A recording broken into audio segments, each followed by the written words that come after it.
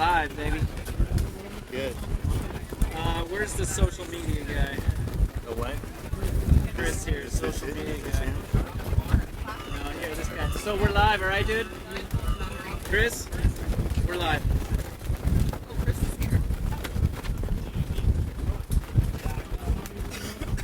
Okay, so Kai, what's your point? Let's see. Can you give this to Luke? Probably would want these. Can you give this to Luke? Plus Terminator. Yeah. Yeah.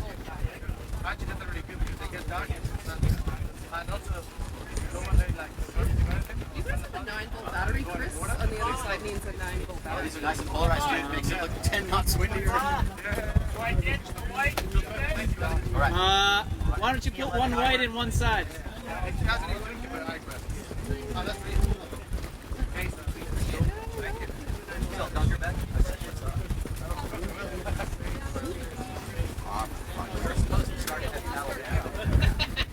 We were supposed to start a heavy metal band called Terminator, but it never happened. Yeah. Tell them to hurry up. Oh, it's maybe us, you guys. Can you hear me, dude? Can you make your horizon horizontal, please?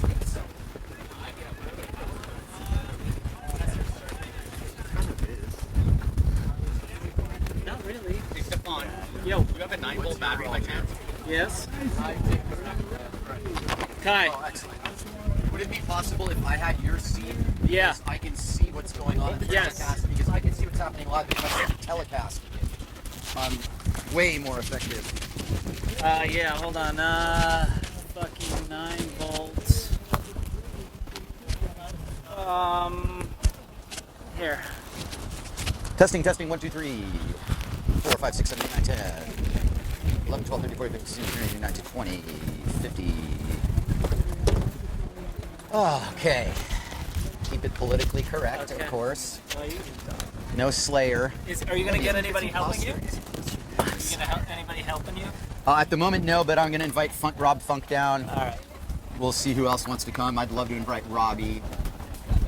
In fact, sooner that Sam can get here, the better. I can start conferring with her on that. We're hearing you actually, so. You can hear me? Yeah, you're on. Okay. And this is the one that would film me talking? And I'll swivel Yeah. it around. All right. Good deal. I had it, so this is programmed. Program and previews just... Don't even worry about the Okay. preview. It's programmed. Okay. Roger. And this is the wide shot I'm going to go to every so often. Okay. When I figure shit out, I'll get camera 2 going on you. But Okay. That's now the one. Nice.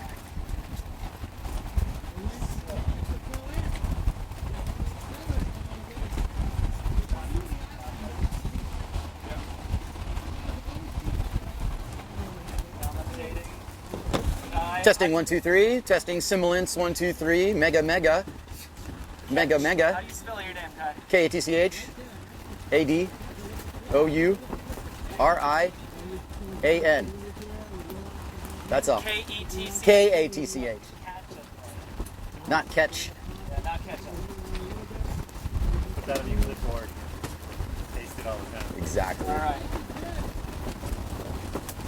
All right.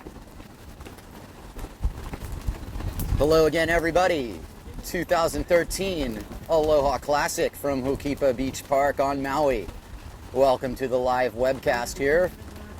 We are in day 1. And what we've got here is the AWT bracket, which is also going to serve as the trials, which will seed a designated number into the main event. That is where some of these competitors are going to meet sailors like Ricardo Campello, Marcilio Brown, and others sitting there waiting right now, watching some pretty darn rippable Hookipa happen while we're at it. I'll bring you guys up to speed here. We're halfway through the first round of the Pro Trials. Right now we got Chris Freeman. I believe that is Harley Stone on his new Nash gear as well. And I'll take you through Chris Freeman's wave ride here on the point. Freeman setting it up off the bottom with a late lip attempt, and he pulls it until he hits the bottom. Straight behind him, you're looking at Harley Stone. Josh Stone's son here, a couple contests in on his brand new Nash sales. And that's going to be a pretty decent score for Harley. He had a lot of stuff happen right there before he went down. Conditions right now, we're looking at 10 to 15 knot easterly winds. And I won't let my new E11 Dunkerbeck polarized shades fool me because it looks like it's blowing about 30 through these things. But I take the shades off and it's down to about 10, 15. And that's all we need here at Hookipa because we have a decent 2 to 3 foot swell running. And it's down from the last couple of days actually. We just got off a week and a half of perfect surfing here on the island. And yesterday was the first day of sailing in a good long stretch. And today's even a little bit windier. That looked like the last salvo from that heat. And as we move forward, I'm looking at Josh Stone and Keith Tabul heading out. There should be at least one more competitor in that group, but say no more because those two guys are heavy hitters in anyone's book.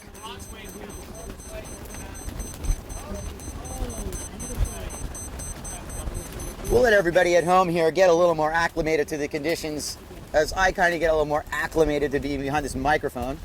I was in a heat earlier that I made it through, so I'm going to be in the third round of this, trying to make the main event myself. And I get to sit here and talk for a good while now. I bought myself some time with you guys. So we'll get the Twitter feed up here shortly, start the interactions for all you guys staying up late watching this in Europe, Asia, Australia, Africa, you name it. You're all welcome to hang out with me here as we watch Hookipa 2013, the longest running windsurfing wave sailing event on the island, the Aloha Classic. We're happy you can join us.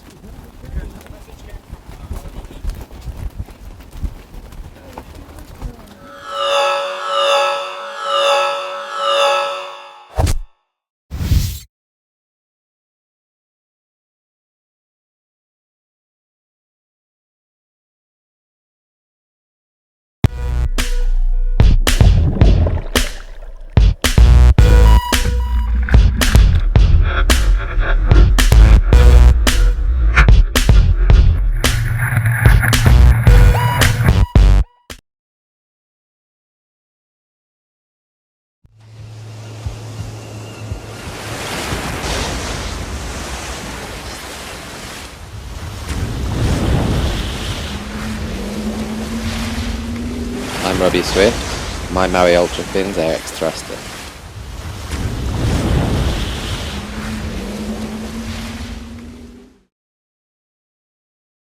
Tell me when the commercial's done. All right, heat's on here. Even though Callie Ciati and Matt Pritchard aren't in it, what we're looking at is Josh Stone and Keith Tabul on the outside. And I'm not seeing my third competitor in this. Excuse me? Okay, so we've got another no-show. I was a lucky participant in another no-show. What we have here is Josh Stone versus Keith Tabul, two Goya riders, to get into the third round. This heat still means something, guys. Both sailors are still going to have another shot at this, but the seeding is pretty vital. And what we look at here between Josh and Keith, as this heat has already started, we got 14-minute heats here, 2-minute transition, so they're in their transition period here. Check that, this heat has started. So we're about 50 seconds into this heat. There are no scoring rides here, but what you do see is Hookipa with two people out. And those two people happen to be good friends and teammates, and that's Josh Stone and Keith Tabul. And I can't tell you enough about these two guys, but I will say that having ridden for Quattro for 10 years, Keith Tabul's the master shaper out there, and he is in this contest to shake it up with the big boys. He's got to make it through a couple of heats before it happens, as does Josh Stone, a former finalist of this Makani Classic 2 years ago. Keith Tabul looks like he's setting up down low, and I think that he's going to go ahead and take this as a scoring ride. Tabul off the bottom, punches it, hits the lip off top. It rebounds him back into the second section as he heads for H. Poco and gets another bonus hit. Keith Tabul with a nice error and a really good strong score to start off. I can bet you Josh Stone was watching out the back as all that spray went flying. Keith DeBull ripped that wave to pieces, you guys. That was a really solid ride. You should be happy with that. And that's how you want to start off a heat. You know, neither of these guys were actually on a wave when the heat horn sounded. They were jockeying for position. They realized they're the only two guys out. They can be super selective. And Keith selected a nugget there. That's usually the kind of wave you see Keith ride, is these rippable, medium, late, ledgy waves. And on the outside, in response to that ride, here comes Josh Stone. He's going to do a little bit of setup turns here, just like he does, this super smooth carving Hawaiian style that he's got. And now he sets it up for the point. Nice lip hit off the setup turn, brings it down to the point. Wouldn't be surprised if he brought it around like he did. You can see the contrasting styles here. Josh Stone, very calculated, very methodical, very stylish. Keith rides a lot more on his edge, a lot more on his board. And although Josh Stone's wave might have been bigger, I think you're going to find these two scores pretty comparable at the end of the day. That's just my opinion, but I believe that Keith really rode his wave super aggressively. Josh Stone did too. And that's why I'm a commentator, not a judge. Anyway, we're fully warmed up here, and we are back. That was a smooth exchange between DeBull and Stone, who are both on the scores sheet now. This is heat number 6 with DeBull, Stone, and Estredo, who didn't show. So it's DeBull and Stone, just like old times, boys. Look at Hookipa firing off. You know, the argument could be made that that set wasn't ridden by anybody, but it's nice to see Hookipa have a few to herself sometimes, huh? Look at that set. Gosh, that's a green tree set all the way through, and there's one other one outside of it, which actually Keith DeBull has managed to nibble off a little corner of this, and he's gonna be able to get this. That was impressive of Keith to be able to luck into that set. And this is a real nugget. He's getting the second half of this ride as he S-turns and fades into his textbook bottom turn cutback combo. Here comes a big section for DeBull. He's not backing down at all. Keith crushes that section and makes it around. And you know, that wasn't easy. That wave gave him a really late look, and he just said, okay, I'm gonna get you. Here comes Stone into the top of your frame, attacking with a lot of aggression, but he goes out the back at the most inopportune time. You could better believe that wasn't part of Josh Stone's plans right there, and he's gonna have to dust that one off and write that wave off and go and try again to get score number 2. Keith really ripped that wave, and you know, most people see a section like that pop up in front of them, they're gonna do what we call the straight off Adolf, and that's not what Keith did. Keith bashed that wave, and if I was remote controlling him, he did exactly what I would have told him to do. Could you imagine that, remote controlling a sailor? That'd be awesome. We talked about that last year, so we'll get off last year. This is 2013 now. In an event that has nearly run 30 years. I mean, we're talking about the first Aloha Classic, I believe, was 1984. It was won by Alex Aguirre. Prizes were pretty menial back then. I think he won a pair of booms and a bottle of pineapple wine or something. Paul Eamon kind of made sure that he had a profitable venture back then, so I don't think it got passed down to the sailors until a lot later. And whether or not Alex still has that bottle of pineapple wine remains to be seen. But this list of champions of this event is very deep. Rush Randall's won it, Robbie Nash has won it, Sean Ordonez has won it. And there's a really long accomplished list of guys who have gotten in and ripped here. Mark Angulo, 1988. Really landmark win over Kalama. Fast forward to 2013, and here's Josh Stone with Keith DeBull outside of him. Stone's going to get the first of this exchange, and he wraps it around really aggressively. That was like Josh Stone doing the Keith DeBull thing off that. Here he reverts back to his old self, gets a little tail throw out of the air, a little bit sticky on the landing as Keith sees this and just draws a skateboard bottom turn with a vertical re-entry. How are these little boards Keith Scott working? It is so impressive to see Keith ride small boards as if he's surfing without a sail out there. That's his approach. I promise you, Keith's trying to surf it as much as he can like a surfer surfs it, like he surfs this place. He's a regular in this lineup, knows this wave as well as anybody, if not better. And right now, Keith's just putting on a bit of a clinic, I have to say. He's ripping out there.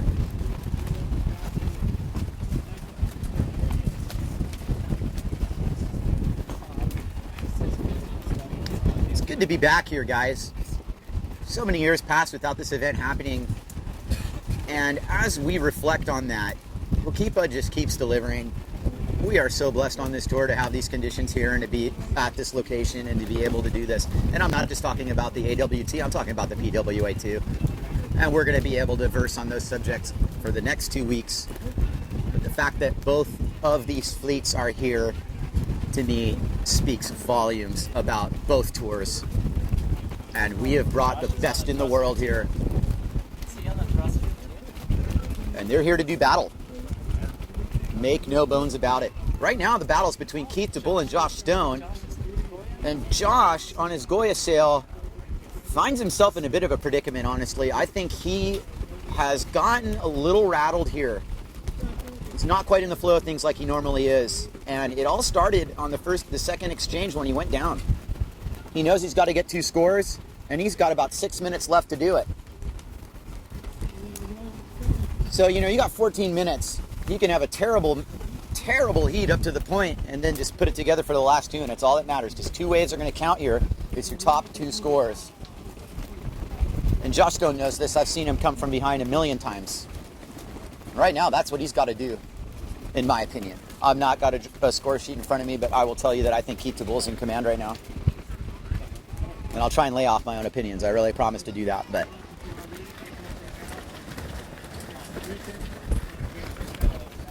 Bit of a lull in the exchange here. Take a break, hang on. I'm thinking I might announce who the winners were because I can see it over here. Just give me the Okay, so far, advancing out of these heats today, so far, was Matt Pritchard. Yours truly here advanced out of heat number 2. Masahiro Motohashi out of heat 3. And we're still waiting to hear about Stone's heat. We will get to that result in a second. And the results of heat number 4 are the following. We got Laurent Guillemont in first. And that was before we got online. Obviously, he had a salvo of scores before we got live here. As Stone puts together a wave ride here before I announce these wave rides. Papa Stone definitely got something in that. Kicks out. It was one of those upper sets. You know, he's trying to fight back here. Keith can hold priority in the lineup. He's not going to be as mobile as Josh, but he is outside, so he's got first dibs here should something significant come in. Okay, back to the results. Like I said, Laurent Guillemont in first, Harley Stone in second, Chris Freeman in third. So basically the result of that is in round 3, you'll find Guillemont and Stone and Freeman need to battle their way up there. We've got plenty of heats to go through before we get to round 3, and there's going to be a lot of serious battles to get to. I'm seeing names like Graham Ezzy, Levi Siver, Morgan Noiro, Fabrice Beau, Francisco Porchella, Brian Metcalf Perez, Skylar Haywood, Russ Farrow, Barrett Rodinger's in the next heat. These are gnarly shredders. Gnarly shredders here. And you'd expect nothing less. All right, Keith to Boots, Kiki to Bull, right there on the point, and he has his target set. And like some sort of heat-seeking missile, he's on the top of this wave, and he is going to throw some heat on this lip. I stand corrected. He's going to kick out of that wave, and that might have been the smart thing to do. He's got 3 minutes to better his 2 scores and see if Josh Stone, quite frankly, can get in this. And this is a good way for Stone. Josh Stone sets up a really good-looking bottom turn there, brings it back around, fair curtain of spray, fair play. There's a couple turns left in this nugget as it makes its way to the point. But unfortunately for Josh, freestyle's going to count, and that was the most important thing he could have done out of a flat section was an air taka, and the judges are going to be forced to reward that. I don't think that's necessarily the best air taka that Josh has ever done, but you pull that in a heat, and let's not be surprised if that just pulled Josh Stone dead even in this heat. So let's just call this one close, you guys. That's the bottom line. With 2 minutes and change here, Keith the Bull's setting up on the point, but I don't think he likes what he saw there on the initial one. Wisely choosing the second wave. That's good logic out here. You really rarely want to go on the first wave of the set out here at Hookipa. But number 2's looking just fine. And he leaves Stone with nothing to work with on the outside as Keith the Bull drops in. Once again, sets his sights on the point. And Mr. Tabul off the point. Pumps into his bottom turn, sights the lip, gets a vertical snap, and that is what I'm talking about, you guys. You would need a slow-mo to even appreciate that turn. But we who saw it here live definitely have seen it before, and Keith just snapped the top of that one. Unfortunately for him, that was the only thing he did on that wave. I don't think the judges are going to feel obliged to make that score higher than any of his other waves. Then again, I'm not a judge, so I can't tell you for sure. Well, here comes Josh Stone, and he's answering back in a big way. Fends off a couple turtles and gets this wave to himself. And this is one of the better waves of the heat, you guys. And this is how you do it. This is how people claw their way back into things here. Second turn, good amount of spray off the top. He's really winding his bottom turn well. Hits the lip. Second time, floater down all the way through the channel. Josh Stone's definitely back in this heat. He's put a bit of pressure on Keith here. We've got under a minute to go, about 40 seconds here. I would go as far as to say that most likely this is pretty close to spoken for, y'all. And what do we got? 29 seconds. Keith the Bull's gonna get a finishing score here. Keith's actually gonna get under this thing and find himself the last scoring wave of this heat. This is where Keith can make or break it right here. Keith the Bull off the bottom, off the fade and into the lip vertically again. These are really aggressive bottom turn off the lip combos from Keith. He's throwing really good spray. That's his second combo on this wave. Wavering a little bit out the back, but you know what? We're not going to complain about that. That was a pretty thorough score from Keith. A really good heat from Keith. He came to play today. And Josh is probably kind of wondering what else he could have done there. I think Keith probably feels like he did about as good as he could do on what he had to work with out there. Time for a break. We'll be right back.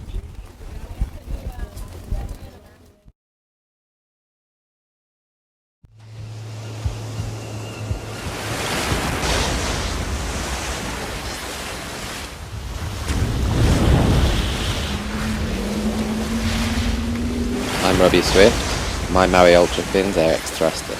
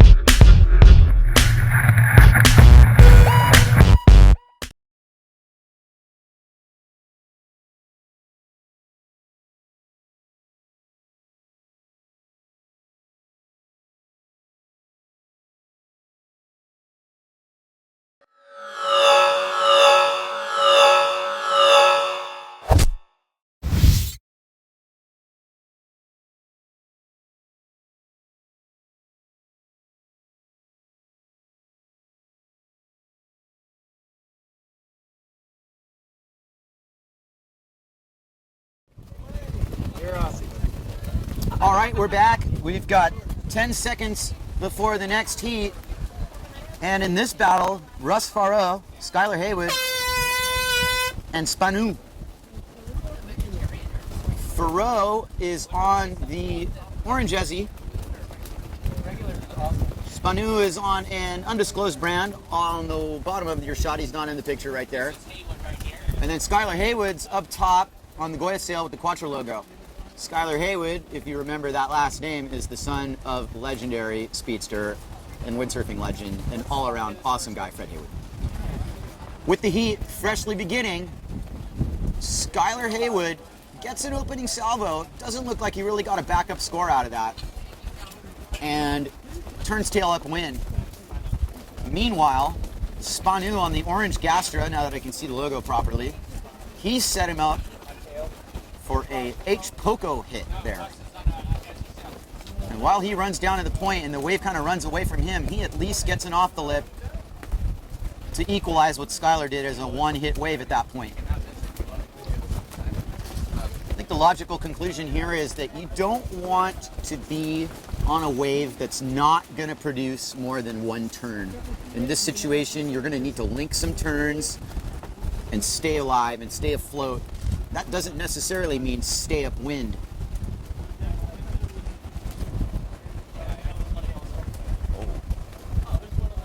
Wow. Is there an iPhone anywhere up there?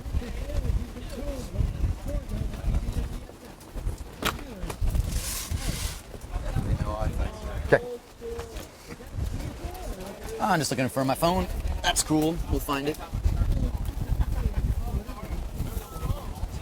Well, without any jumps counting, we won't mention Spanu doing a forward, but nice to see that it's jumpable if you have the right gear. We kind of get thrown into that from time to time when guys do jumps, but they're on this gear that maybe other people aren't really too in tune with. And more specifically, it's a real chancy thing in this wind.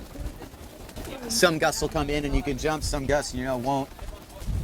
Kind of varies. At any rate, Skylar Haywood on a mid-sized H Poco peak, kind of upper H Poco. He's sized it up and he times his bottom turn perfectly to get that lip. Gets him back a little bit. This is going to be more than a one-turn wave. Gets the little Alaskan one hand. I say Alaskan because he pulled it back as if it was cold or something. It was barely out there, but the judges saw it, so that might add to his score a little bit. And here comes the silent assassin, Russ Farrow. This guy comes out of nowhere. Really solid sailor. And he's setting up his first scoring wave of this contest. Brings it around. Russ has more to work with here. He knows how to read the spot like anyone. Fortunately, he kind of let that section get away from him. And that's going to be all he's got on that wave. Meanwhile, Spanu turns around. He's looking at a multiple turn wave if he can get his act together, and he does punch it off the bottom here. Reasonable amount of spray. And execute. He's got it. Well, in response to that, Skylar Haywood on the point, fades left, lets the wave form, and bats that lip. That was a solid combination there. That's going to count like a two-turn wave would, I would think. Gets his cut back into the channel, and that's where we're going to leave this battle briefly to bring you up to date on the results. And in that battle in Heat 6 between Keith DeBull and Josh Stone, none other than Keith DeBull has won that heat. And he puts himself in round 3 in a very admirable position. And I really got to give Keith DeBull a pat on the back there. That was a well-sailed heat against a gnarly competitor. Stone will pick you apart. And I'm really impressed that Keith made it through that heat. And I think that Stone knows that he just got beat. That's it. And he can handle it like a man, as we all can. Stone's going to have a second chance to make the main draw, but it's going to be a little tougher for him. Keith just needs to get second in his next heat, and he's in the big dance. And that's what this is mainly all about. There are some rankings. A guy like Russ Farrow, who's followed the majority of the AWT Tour right now, I'm sure wants to bring it into top 6 final year-end position ranking for him. He made top 10 last year. And Russ, has been a great mainstay out here. He's been able to put some really good contest performances together. He's also been obviously implemental in the AWT Tour itself, and being able to organize and help everybody along. We're really thankful for everything Russ does for this tour. He's a warrior. Meanwhile, now that we have a little action to talk about, Russ is on the very inside of this exchange here. As Spanu sets up, outside of him, Russ just sees this happen and tacks out. We'll take it from Spanu off the bottom, who hits an aggressive little aerial. That was impressive that he made it back in off of that, unweighted his rail. He's going to hit the whitewater. It's a 2-hit wave. Not bad. No praise, no disgrace there. I felt that was fairly solidly ridden. You can see that guys are doing that open clue bottom turn, and it's kind of throwing a little bit of momentum off your line. It's hard to do aerials in this unless you are perfectly timing your hit. Did you get a lunch? You're good?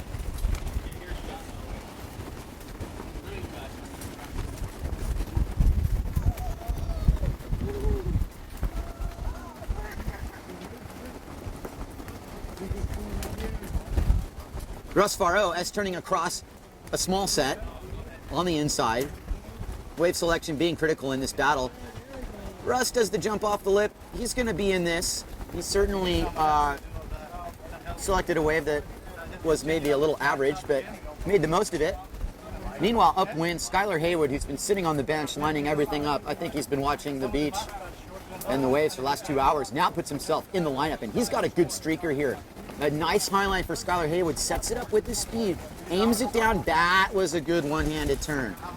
We're not sailing Alaska there. With a tweak aerial and Skylar Haywood, you can claim that, buddy. That was a really nicely ridden wave, especially that tweak air. We've been seeing a lot of him on the Jimmy Het blog doing that tweak air. That was good. Spanu means business on this. On the outside, takes it. That's it. As this wave tries to do a little bit of a reform, he's got himself a pretty decent line and takes it.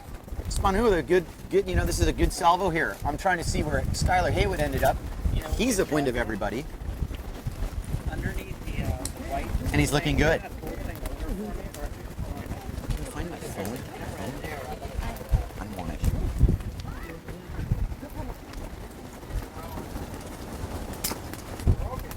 All right. Let's bring you back. Russ Faro really did not have much to work with there and tacks out. I think you get the feeling that Faro could be in a really good position in the seat if he gets one really good set wave. Skylar Haywood, however, has played this expertly well.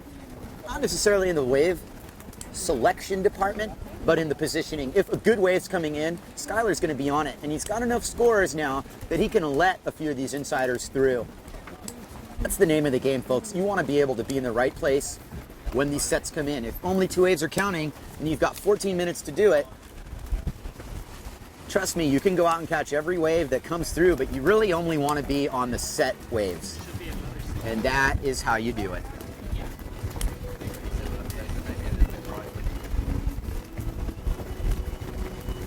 Can't say enough about Skylar Haywood and his emergence into this lineup. A guy like him in his generation hasn't had the chance to compete at Hookipa super regularly. But this is his chance, and he's making the most of it. Skylar definitely positioned himself very well for that and really made the most of his opportunity there. I think that was a good one-hit wave. Meanwhile, outside of him, Russ Faro, the wave he's been waiting for, really taking it cautiously off the bottom. Very nice cutback for him. And one of the rare waves in this heat that actually went all the way through the point. So he's got distance points, and he's got a good amount of aggressive turns on that. We don't care about going out the back. That's still going to be a solid score. As Spanu taking the scraps, really going for a performance-dripping wave cutback and just kind of blows it. But if you don't go, you won't know, as they say. Pretty solid exchange here. If I was a judge right now, I would be basing a lot of what I'm seeing on wave selection and then going into what the guys are doing on it. In any surfing event, I think you see wave selection play a very important role. This is no different right now. It's a very, very, very tactical situation. And tactically speaking, Skylar Haywood, what he's doing is he's just ensuring that he's going to be in the right spot. You don't even see him on the screen. He's upwind of both Spanu and Faro. But upwind, you see Skylar there. Thank you, camera guy, for doing that. And Skylar, as if on cue, takes advantage of this positioning. He has studied this lineup all morning. He knows where the waves are, and the good waves are right in between green trees and the point. So Skylar Haywood, with this positioning, maybe slightly weird wind gust hit him there. He's still going to get a score here. He's still going to wind it around, and he's going to hit the slip on the inside. Don't kid yourself. He knows what he's doing. Skylar Haywood chipping away. You get the feeling Skylar could seal the deal on this with one really good wave ride. He's got 3.5 minutes to do it. And that's really what it takes at this point. A little bit of luck, but a lot of being in position to be lucky as well. You can't just go out there and expect luck to descend on you. You have to put yourself in position to be fortunate enough to get these set waves. And no sooner said than that. You know, Spanu's off the bottom on a bumpy first wave of this set. You can see that the second set that Russ Faro's setting up, it's going to be a little cleaner. It's going to be a bit more rippable. Spanu blows his 360 out the back. Faro's aiming this one right at the lip, gets above it. Solid looking wave for Faro, who, you know, for all intents and purposes here, has slowly crept into this. I wouldn't be surprised if he could be close to the lead now. It's really still being said, it's quality over quantity here. And you want to make sure that you're on the best waves. Right there in that exchange, I would say Faro got the best wave.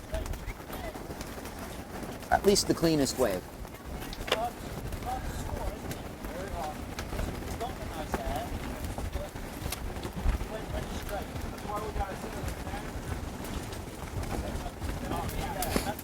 All right, here's Skylar Haywood on an end bowl nugget now. He's rolled up his sleeve. He's like, okay, now I'm doing everything I can. He's gonna try and get a big score. You can see he busted out the fins there on that turn. Wouldn't say necessarily feels he's in command, but you can tell his safe riding's over. Now he's gonna take it to the level of pushing in. Now you're gonna see guys throw down. There's a minute and change here, 2 minutes, minute and a half actually. And it's time to, put the afterburners on, get in position, create a mana from heaven that you get this last set and seal the deal. Guys, it's not rocket science. You want to be on the best waves. That's the bottom line. If you're good enough to get the best waves, if you're good enough to do something on that best wave, all of a sudden you're not competing with 60 other guys out there. It's you and a few others. You can start dictating the pace in this lineup. Spanu, keeps swinging here, and he's impressive because he's got a good count. What he needs to do is make this wave really score. So as it breaks down the line, he goes for the air and re-enters. It's a really clean. It's the only thing he did on the wave. So the judges are going to be challenged, really, how much can you reward that over a 4-turn? We're going to see that a lot today. We're going to see guys get lots of turns and then guys get the singular aerial hit, and it's really a matter of opinion.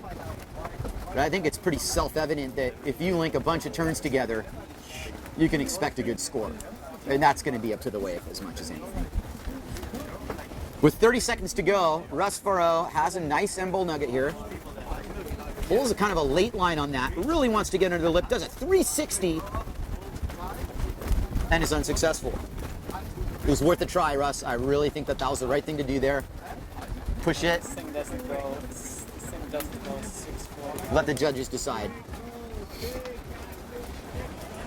Well, the announcer called it a big back loop, but I'm going to call that a small back loop from Spanu, and it's not going to count because judges don't score jumps right now. And that is the end of the heat, guys. That was a close battle. In fact, probably one of the closer heats we've had all day. Yeah, good action here. Good action here at Hookipa. Once again, you are watching the 2013 AWT PWA Aloha Classic from Hookipa Beach Park on Maui. And we are very proud to be sponsored by JP, County of Maui. A huge list of sponsors coming up here. And it's all good, you guys. We've got Hookipa firing effectively for the first time in a couple weeks. This is that really sacred period in Maui, the late October, early November window. All the years past has always produced these kind of conditions. We're transitioning from fall to winter. We still have a little bit of remnant summer trades going on, though you wouldn't have thought so the last couple of weeks. This is the second windy day in weeks here. So you tell me if we're getting lucky right now. The forecast was for 10 knots today. I'd say we've got at least that. This is way better than I expected, guys, that's for sure. So the mojo continues. No two ways about it.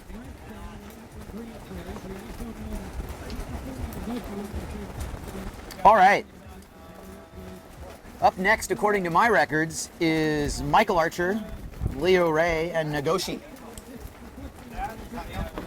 And that's Leo Ray warming up on the Nash sail. You got Mike Archer in the center of your picture on the simmer black tip, squeaking out. He's kind of a bigger guy.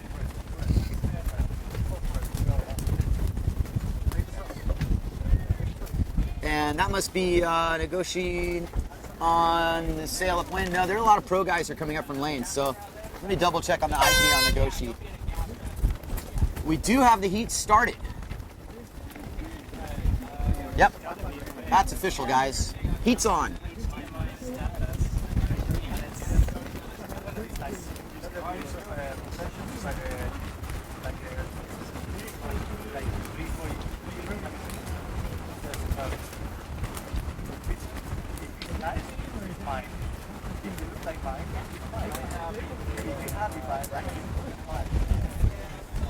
Okay, now Goshi is on that gaster that you see right there in front of you. That is a gaster sail, yes. So there's your trio. You don't see him in the picture, but Negoshi's the guy tacking on that wave who's probably going to open up the scoring here. Leo Ray and Mike Archer haven't really entered the lineup, and they've got 13 minutes to do so.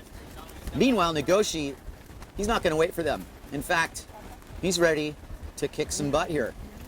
And with a couple good turns on a rippable little insider, Negoshi's on the scoreboard. Say no more.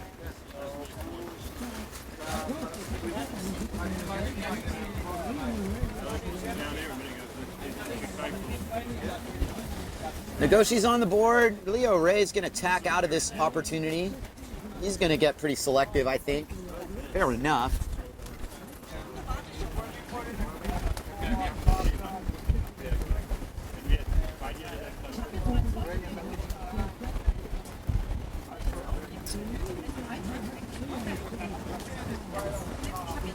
We're in really good shape here, you guys. We've got a good early jump on the day. It's only noon and change. And we're trying to get through the AWT bracket of this 2013 Aloha Classic. And then the main event can begin. Mike Archer off the point, powerful sailor. He's not going to back down from this lip. He certainly didn't. I give him an A for effort. The judges will probably give him less. And unfortunately, he's swimming for his rig too. So while all that transpires, Leo Ray has tacked. And this is your first tactical situation here. I think Leo Ray blundered. He tacked too early. He gave the inside edge to Negoshi. There's no etiquette here. Leo Ray has no rights to this wave whatsoever. He has to watch Negoshi and hope there's something out the back. That was a rookie move by Leo Ray. And he realizes it. So Negoshi, taking advantage of his mobility and his competitive savvy, he's going to go straight to the lip on this. And there you go. He's got 2 scores now.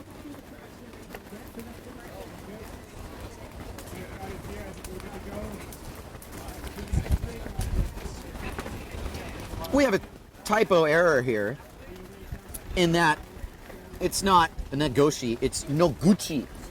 My bad, and thank you, Junko, for alerting me to that. I thought he was your brother or something. Noguchi. And I'm just reading what's in front of me, so I thought there was something weird about that. Even though Junko could beat any guy in this heat. But anyway, Noguchi is your Japanese national on the Gastra. And upwind, we have Leo Ray, who carefully selected a wave that was going to be a good runner. Kind of got some contact, a bit of a lateral approach to that, and goes down on the inside. Hopefully didn't hit the bottom. At least he fell late in that wave ride. He's going to get some form of a score there. What I think you saw from Leo Ray there was he was tired of not going on waves, tired of not getting his first score, wanted to make something happen, capitalize. He's got a score. He made the most of that situation. But right now, Noguchi has really taken control of this heat by just riding 2 good waves. There is 9 minutes and change left in this. But right now, if you're a guy like Noguchi and you've got a good, comfortable lead, you can start sitting on the lineup. You can start letting those insiders go through. You can start letting guys like Mike Archer and Leo Ray scrap for the scraps. Because you've got a lead. You can protect it. There are a lot of things that Noguchi can do right now to ensure that his lead stays intact. A guy like Leo Ray's got to sneak a couple under the nose here. Tactically speaking, Leo Ray needs to stay upwind, let things transpire a little bit. Noguchi definitely is taking the tactical end of things, and look at this big nugget on the outside. This is what I'm telling you guys, you can start playing selectively, and it's gonna favor you because you can afford to be patient, and if you can afford to be patient, you can afford to wait for a wave like this to come in. And I'll take you through it. All of you guys watching at home, here's Noguchi off the bottom, classic Hookipa up green tree side. He's not gonna let that lack of wind off the bottom stop him. 2 lay down bottom turns and a nice scoring wave. Meanwhile, out the back as Noguchi pumps in, Leo Ray with his opening salvo a little bit more on the point. It's gonna give him a little bit more room to run. And Leo Ray, he finds daylight at the end section.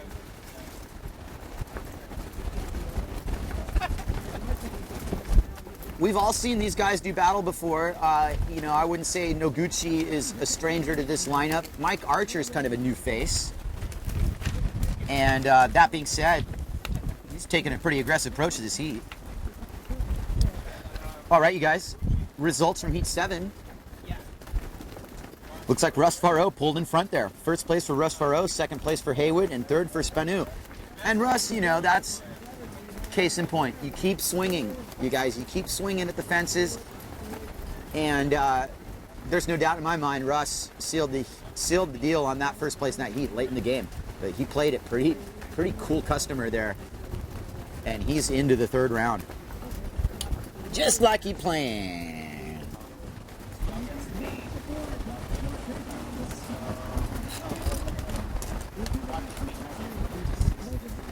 Okay, off the point from the UK, Michael Archer on the black simmer, black tip, holds a high line through the top, and here's his classic bottom turn. You really see that he's done the research. He wants a bottom turn, he wants to be aggressive, just a little mistiming there. Meanwhile, Noguchi finds the honey hole here, right off the bottom, squares it. He's not gonna back down either. Noguchi's in control of this heat, you guys. And with 6 minutes and change, he really just needs to put the foot down. Good sailing from Noguchi, no doubt about it. Leo Ray trying to scrape into some sort of challenging potential here. I think he's watching Archer water start and realizes this is a battle between him and Noguchi now. And Leo Ray's got a deep bag. I wouldn't be surprised if he tries some sort of rotation here. No, he's going to play it safe with the fins-free aerial. He's going to get his second turn under the lip. And Leo Ray safely opts out of anything really overly aggressive on that wave. Plays it safe. I guess he feels he's going to get his backup score. And he's at least done that much. So as we take it to the outside, you can see Mike Archer's in a pretty favorable situation here. I think he sees what's going on. He's either going to go on the first one or the second one. Interestingly enough, you know, you look down low, there's Noguchi below him, who's got just enough wind to get in the wave on the outside, so Archer's committed to this one. And this has been a lucky break for Archer to get a wave like this. Let's see if he can capitalize here. Mike Archer off the bottom. And he rolls into the channel with Noguchi right behind him. Wow, Noguchi with the full section hit, and he comes down through the elevator shaft. Is he still hanging on? I guess he's still hanging on. Impressive. You know, Noguchi can afford to push it at this point, increasingly so. Not bad. You guys, this is not bad. Now a little bit of carnage there. Everybody at home kind of went, oh, wow, he almost made it. Well, you know what? He almost made it. He almost hung on to that. And that's impressive in its own right.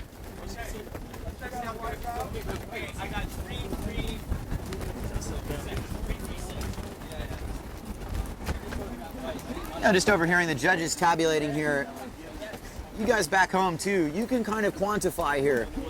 What matters the most?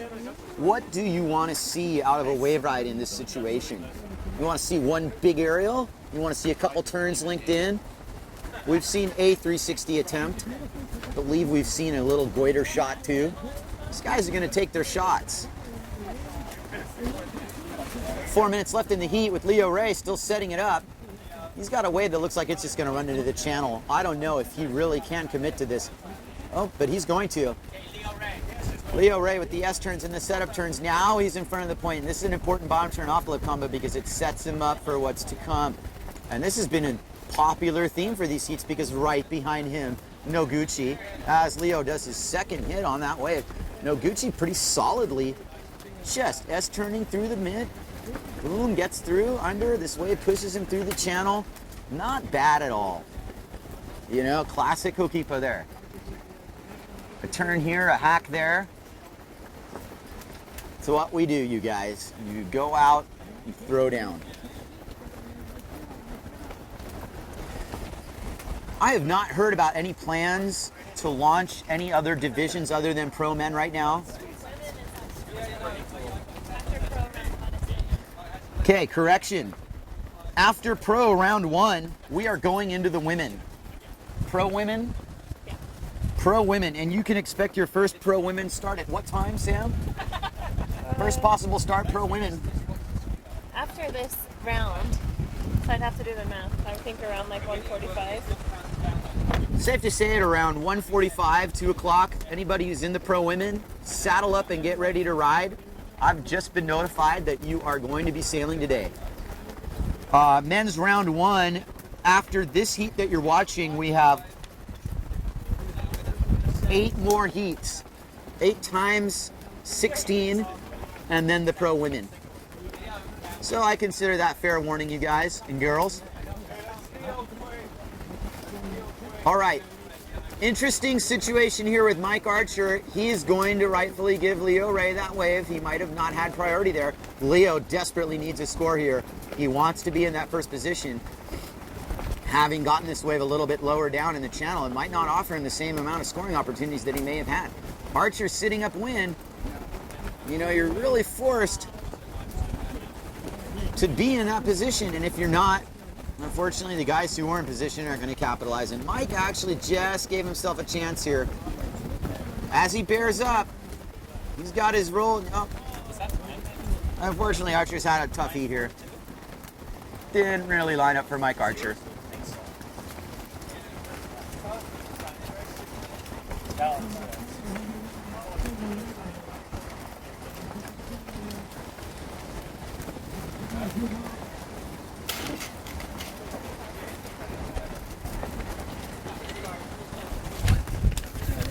All right. Just for your information, also Pro women in round 1. Round 1, heat 1. Just for your reference now, as Mike Archer tries to get back into this off the point, we'll let you decide. Heat 1, round 1 in the women is Fiona Wilde, Junko Nagoshi, and Elise Bergeron. In Heat 2, Sam Bittner, Tatiana Howard, and Shauna Kropas. Heat 3, Miho Tanaka, Sarah Delaunay, and Tiffany Ward. And in Heat 4, Ingrid LaRouche, Angela Cochran, and Josek. So, once again, Heat 1, round 1, in just under 2 hours, according to my calculations. Out again is Fiona Wilde, Yuko Nagoshi, and Elise Bergeron. Okay, so Leo Ray trying a 360 on the end bowl with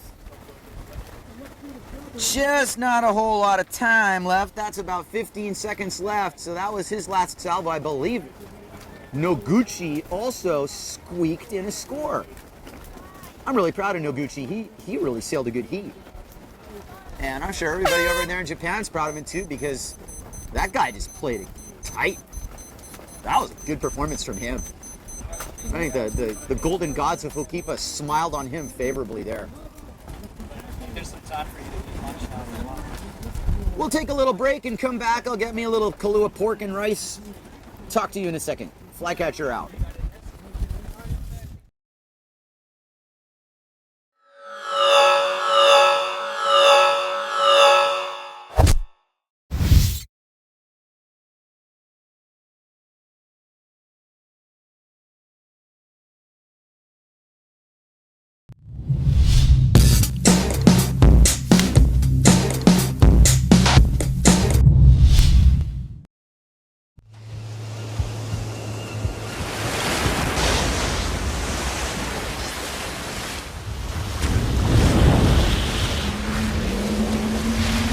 I'm Flo Jung. My Maui Ultra fins are the X Quads.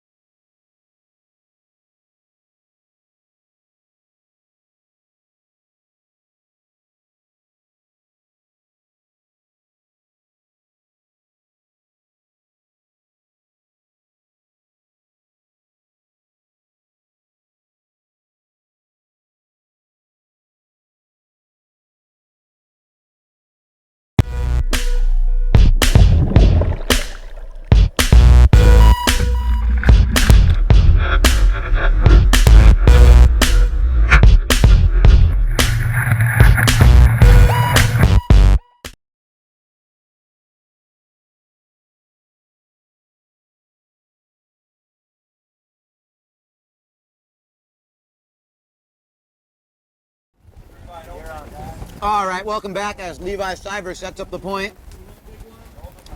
Kicks out. I mean, we're in round one of the trials and we got Levi Cyber and Camille Jubon in the same heat. Let me just go as far as to say this much, guys. There's heats in the trials that are going to be harder than heats in the PWA bracket. That's the bottom line. This is one of them. This is a stacked heat. No way that you should have these guys competing against each other in any normal situation. But this isn't a normal situation. This is the trials to get in the big dance. And lo and behold, right off the bat, two heavy hitters in the same heat. And what we're doing here, based on a couple no-shows, is that Jubon in Heat 9 is going to be thrown in with Camille Jubon's heat, which, yeah, Jubon and then Heat 13. So that's what this is. This is Levi versus Jubon in the first heat of the trials. This is a battle, you guys. This has been the final in some of these AWT events. And now you're telling me it's the first heat in the trials? I mean, wow. All you aspiring wave sailors out there, you better keep training. If you come to Hookipa to play with the big boys, you're going to be playing with the big boys sooner than you expect. This heat's gnarly. So all of you guys who are staying up late in Europe, Asia, Africa, New Zealand, Antarctica, Iceland, you name it, you're in for a treat here. This is a real deal heat.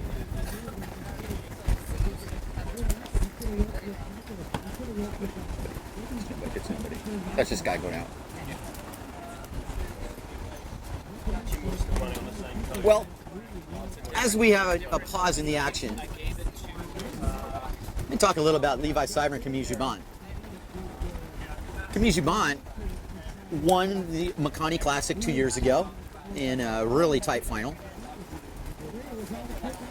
Levi Cyber, for close to 20 years here, has, you know, he moved to Maui in 1996. And the day he set foot on this island, he was a man on a mission. We will never forget Levi Cyber's first contest at the O'Neill. I will never forget the look at his face when he stood on the beach and his heat went out and he didn't know it was his heat. And I was sitting next to Mark Angulo, and Levi with eyes as wide as, you know, golf balls is like, Mark's like, go bro, that's your heat. And Levi says, oh, me, oh my God. Oh, and out he went and a star was born. That moment, I'll never forget it. Levi's a good friend of mine, so is Camille. And both these guys have traveled semi-similar paths because they're not really full-time PWA guys. They've both been on that tour. And I'd say right now, you're seeing kind of what the cream of the crop from the AWT side has brought forward. And these guys definitely want to prove themselves against anybody and everybody. And as you can see from the prior heats, what you're looking at Camille do, a blowout tail turn, these guys are on the level. Camille's as dialed in as you get. And I think he wants to make an early statement here. For sure he does. I mean, it's everything. right now to get out of this heat and give yourself an easy pass into that third round. And Camille knows what this means. Camille actually is already in the main event, if I'm not mistaken, due to his seeding as the top-ranked AWT rider. Camille is the defending AWT Tour champion as well. And he's going to have a front row seat here as he goes out and watches Levi Seivert set up. And Levi punches it off the bottom. The nice little tweaked redo air there. Right off the bottom again. Fades back to the power pit. Gets a floater. Pretty much for that wave, I don't think you could have ridden it any better.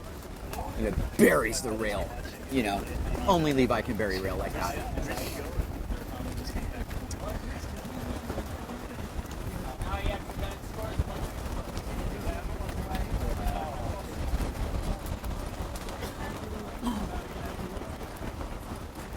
I see. This is Bossi so Bossi's in this heat. Marco Bossi. He's riding the RRD sail. That was his opening score. Meanwhile, Camille, I don't even know how he got into the lineup that quickly, but like I said, these guys are on the level, and Camille's really got a nice one here. This is a wave off the point, and he hits it straight up. Man, I'll just let Camille do the talking there. He just destroyed that wave, guys, with the head slam aerial. We're gonna call that the power slam there with the head arch. Super impressive.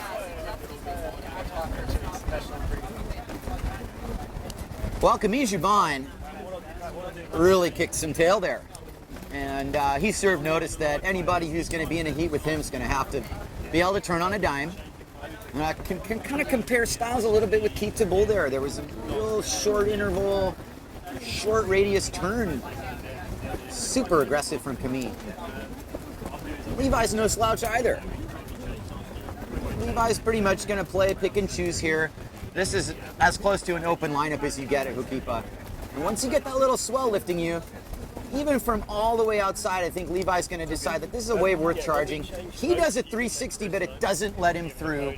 I don't know how many 360s I've seen Levi make at Hookipa, but that wasn't one of them. And I don't really think it mattered that much. We got 7.5 minutes here.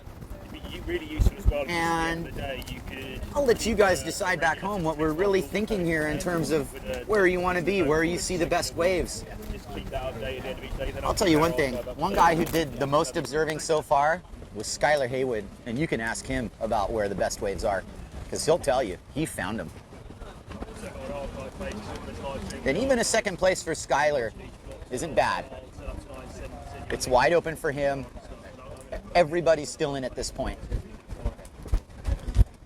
But you guys, there's a battle going on here between Seivert and Jubin, and a lot of it has to do with positioning right now.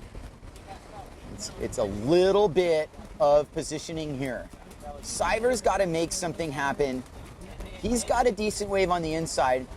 And Camille and Bossi are going to get a little bit of we're going to see who thinks they've got that wave. Bossi's holding strong. Meanwhile, Seivert on the inside sees the wave hit the reef. He knows where it's going to break. He's right under it. One more time with the tweak air. Levi Seivert, and he overshoots it and doesn't make it. So with really no pressure at all, Levi heads back out. He gives a shout out to Marco Bossi coming in from the channel. Lets him know he's there. Marco Bossi goes for his own version of the 3. And I'm looking upwind at Green Trees, guys, and lo and behold, there is a set coming, and there is one person in position for it. And that's Camille Jubin, our reigning AWT Tour champ. He does a left fade, gets the board right in the critical spot, and we're going to watch him ace in the hole off that cutback. Super aggressive. It brings him around. He's going to make it, guys. Don't be kidding. He's going to make it. And not only does he make it, he makes 2 more turns happen off of that. Big statement time. I am really, really impressed with Camille Jubin and his ability not only to squeak out of kind of a whitewater stick, not really, harping on his ability one way or the other to be anything but effective in the clutch. And that is what he was. All right, results from Heat 8. And it is Noguchi in first. I'm going to give that an applause, you guys. Noguchi, he sailed great. And he won that heat. And they are cheering in Japan, you guys. They like that. Second in that heat's Leo Ray, and third's Mike Archer. So Leo Ray and Archer are going to be in the second round.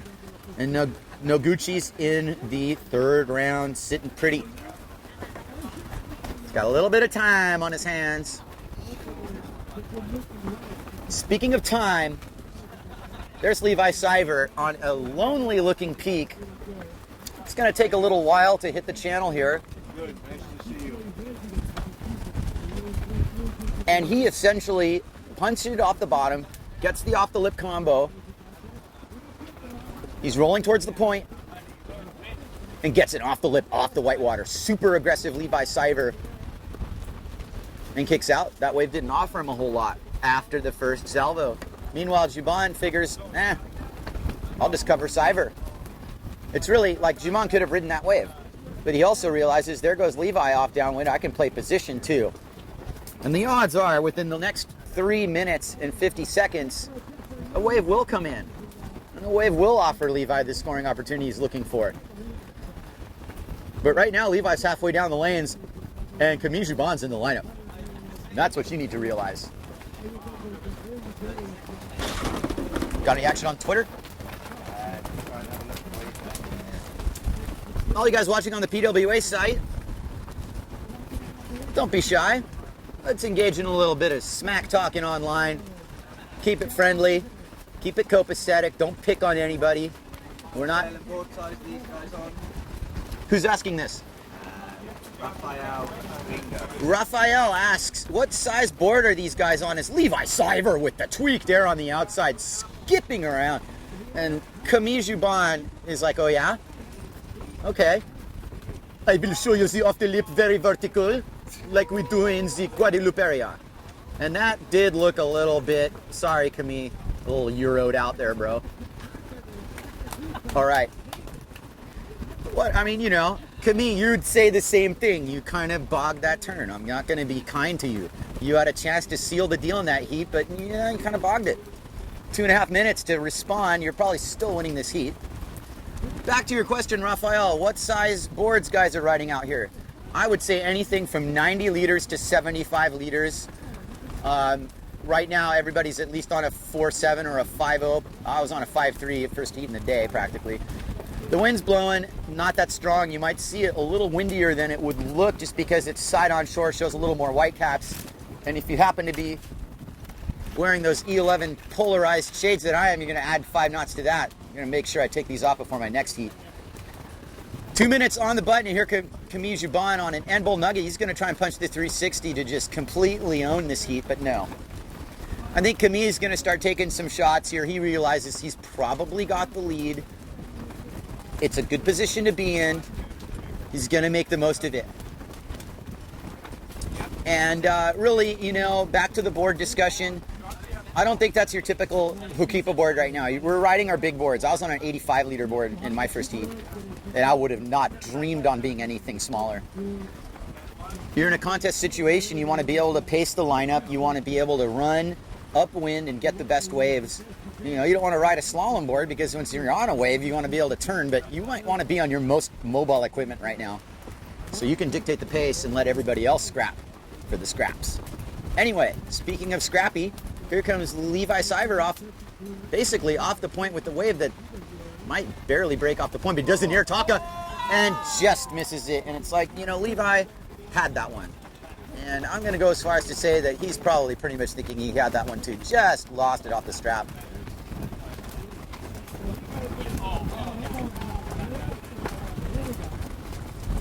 Camille Juban demonstrating his flawless style, and he makes it happen. That's called home cooking, you guys.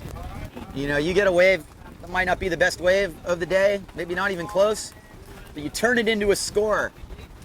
And that's when you're doing the home cooking. And we have no reason to be ashamed of that at all. Right now, I think the name of this battle has just basically been own it from the top, own it from the get-go, ride your waves. and send it home, because you're going to be in position to do it. You're going to be in position to win this heat if you can get the best waves. We're definitely in a situation today where wave selection is going to play a huge role. Within that, there's a little bit of luck, but the most important thing is you make your own luck today. You put yourself in the position to be lucky, then the rest is up to you. So that's the end of that heat in that abbreviated Heat 9, which Camille Jubin was in with Bossy, and then there was nobody in Heat 13 with Levi Siver due to Rick Markham not participating. So what that meant, essentially, was that they did 2 heats at once. I think the standings are still going to mean the advancements. I'll check in on that. But at any rate, I'm really interested in this next heat. We have got a battle, one more battle here, and that's Sean Aiken on the Nash Sail Quattro board heading out. Sean Aiken's a legend out here and over in Oregon as well. Great guy, steely competitor, lived on Maui for a really long time. He's got some top results out here as well. And he's here to play. It's so great to see guys like Sean Aiken, you know, let alone the Robbie Nash factor and everyone else who's doing this event, as Camille sails away from a one-handed goiter at the end of the heat. Doesn't count. It's like, where was this in the heat? Levi, of course, makes a perfect 360. Doesn't count. Anyway, Levi knows what he can do, and we all know what Levi can do, and that was just a small sampling of it. In this heat coming up in 20 seconds, however, let's focus on the present tense here. Once again, Sean Aiken, Brian Metcalf Perez, and Jeffrey Henderson, who's riding one of those new KS3 hot sails. And that sail's got a lot of hype because it's a 3-batten wave sail. It's really interesting. Don't know if the entire industry is ready for a 3-batten wave sail, but I think it's a pretty cool concept. In direct contrast to that, you have Sean Aiken on a 5-batten wave sail. Brian Metcalf Perez, I think he's going 4-batten. So 4, 3, and 5-batten. Yeah, interesting. The battle of the battens. Well, the heat's on, and I can promise you that your tactical advantage right off the bat is pretty much Sean Aiken staying upwind, looking at these waves coming in at green trees. He sees Brian Metcalf Perez upwind. Is he going to force him to go? Brian might be feeling like he has to go on this wave because Sean's going out. He's going to get it the next one. It's elementary. Brian's like, okay, I'll open it up. And lo and behold, Brian Metcalf Perez is up and riding. This is his opening stance for the 2013 Aloha Classic. And Brian kind of casually goes up the green trees route. He's got a bottom turn off the lip combo. That's his second turn in combo. Nice glassy wave. Beelines it for the inside. He's going to get contact with the white water and make it in, and that's going to be the end of his ride. Nothing too shabby there. I think he feels like he's got a better one in him. Sean Aiken on the upwind. Gets a little air. He's going to try and connect this all the way through, but this is what I've been seeing in those upper sets, is that they kind of peter out down low. And you're not getting the full connection. It's not true green tree rights, you guys. You can get fooled into going up there, and then all of a sudden, you're not riding anything anymore. And it's like, oh, my score. Anyway, there's a fair exchange to start off with. Really the only 2 people in this heat right now that are getting scores are Brian and Sean Aiken. And they are the 2 sailors in the middle of your frame. Jeffrey Henderson's all the way outside. He might or might not see something.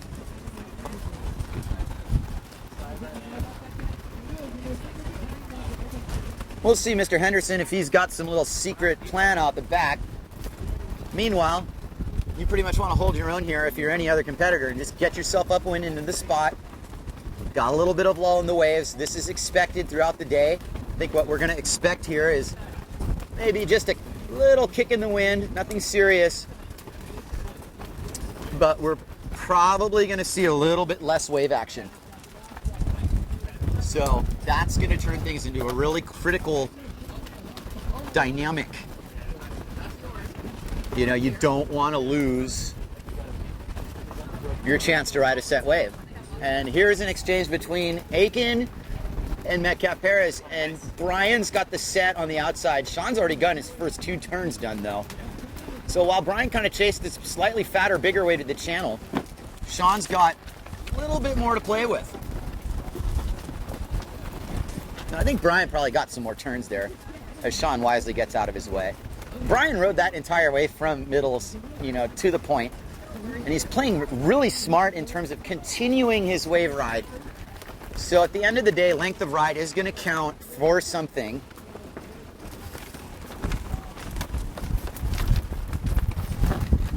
And as expected, that last heat was kind of a free show for Levi. They just put him in there, which doesn't affect his advancement or his ranking. I'd be interested who would have won between him and Camille, but we won't go there until a later round. So Juban over Bossy for that first place slot, and Cyver over whoever didn't show up. That was Rick Markham. And Rick's a busy man. He's got a lot of things on his mind and just couldn't really put himself out in the heat there. Great of a sailor as he was all those years. Anyway, Juban and Cyver both in the next round as Sean Aiken up top has the first hit on what looks like a multiple hit wave scoring opportunity, winds it up the bottom like a savvy competitor that he is. He's going to take this towards the channel. He knows he's got at least 2 more hits in that. And got that quattro board in a couple interesting positions there. I think you could successfully say that Sean Aiken got a good score on that wave and has put himself in good position here. Meanwhile, Brian Metcalf-Perez is on the way outside and is going fishing. Jeffrey Henderson opens up his salvo with a couple nice looking carves. Jeffrey Henderson, for his years out in this lineup and everywhere else he's sailed, so great to have the likes of him continue to come out here and participate, doing it for the love, throwing around a little competitiveness, sure. That's what it's all about. Guys like Robbie Nash are in this event. They love competing, they love windsurfing, they love the freedom of being out there with 2-3 guys in one heat. They love Hookipa. And I think that everybody watching is so happy that they're, this is really one of the most diverse cast of characters I've seen in an event ever. And it's pretty sweet. We wish you were here if you're not.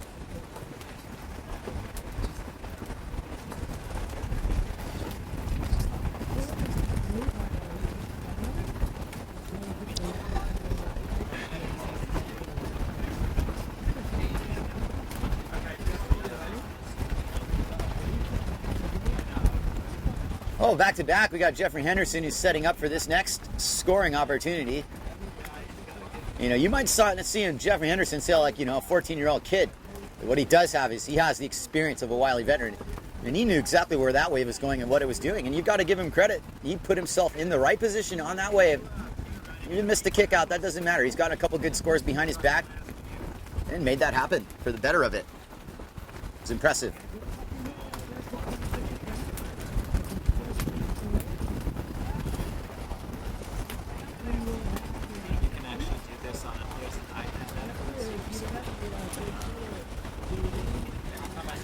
All right, with a nice long look at the lineup here, Henderson backs out of the wave that Metcalf-Perez rightfully claimed as his. He's upwind. He was halfway out in the ocean when he caught it. Henderson backs it out, and Brian backs in on a good little backdoor peak, but he blows his bottom turn. And that's going to happen quite a bit today. You guys are going to think that they've got that inside edge when you just lose power, and all of a sudden, Bog City. And that was Bog City for Brian there. Too bad, because that was a decent wave, not the best wave. Really noticed in these past 2 heats that the waves have died down just a little bit.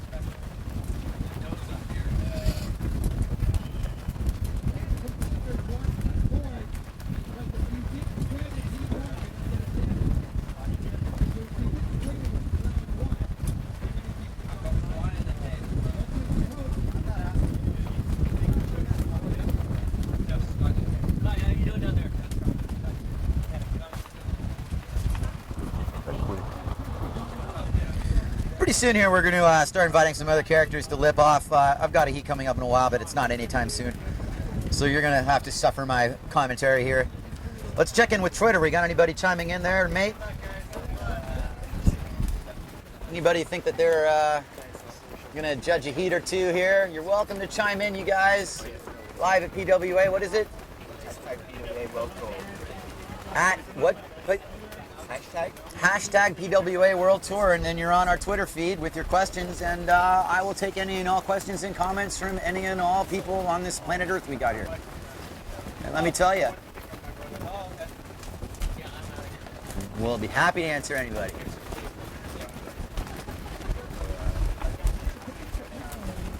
Meanwhile, as you guys decide what to lip about there online, you got a reasonable exchange setting up here between Brian Metcalf Paris and Sean Aiken.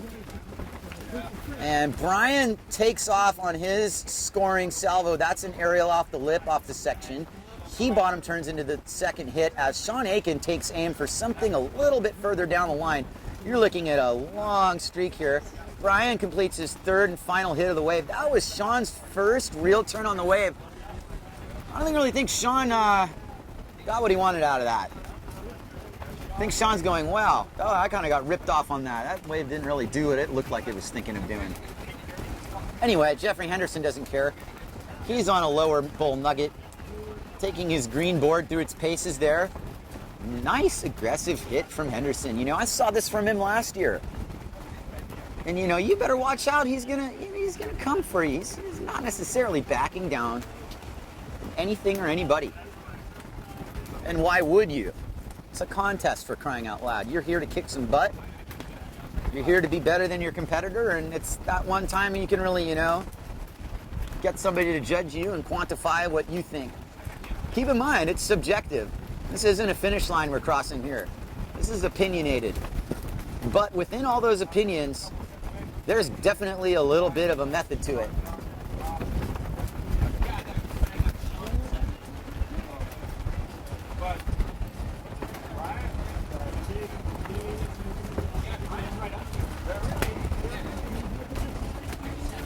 Okay, we just have a competitor who's sailing in now, which is a non-competitor. I better get in right now. Sean Aiken, on the other hand, he's competing in this heat, and what we have him looking at is pretty much a neglectable insider. Didn't really care for it. Not a similar situation where you're fighting people off of waves. No. This is really between Metcalf Perez and Aiken. I think there's one score setting them apart right now. They're close. I'm not really going to verse on who might have the edge or might not, but what we will say is that if one squeaks in here in the next 3 minutes, either of those guys are going to want to be on it. And that's the bottom line.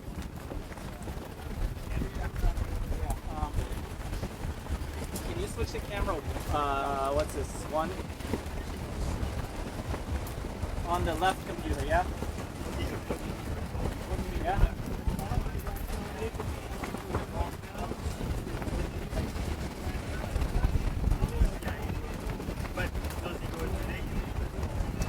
All right. Look down on my score sheet here, and I won't share with you what my personal scores are, but I look up and I see Sean Aiken on a wave again. Go back to 3. And without really completely destroying it, he got under the lip and did an error. Another one move away from Aiken, and I'm a little bit worried that the judges really don't feel compelled to reward that overly. That would have been a higher score had he done 2 actual moves on it. And sometimes you just don't get the window. Sometimes Hookipa just says, nah. Takes it away. It's a canvas, you guys. You got to be able to read it. You got to be able to paint it. And sometimes you just don't have the chance.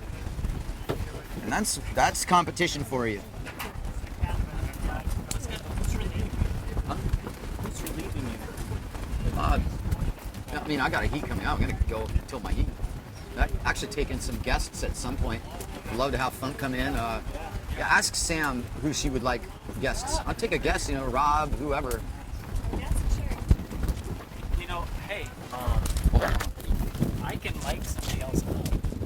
Yeah, I mean, you know, I'm only get that for now. What's up? You're live, so.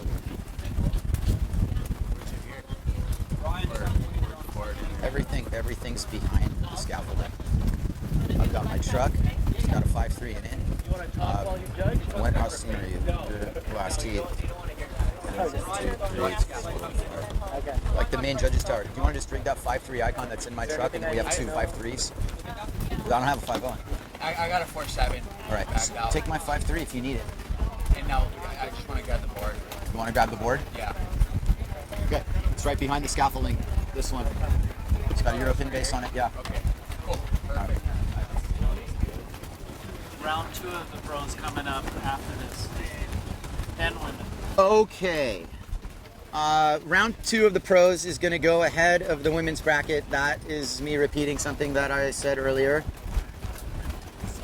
And we're really, we're kind of at a point here where some of this is playing out.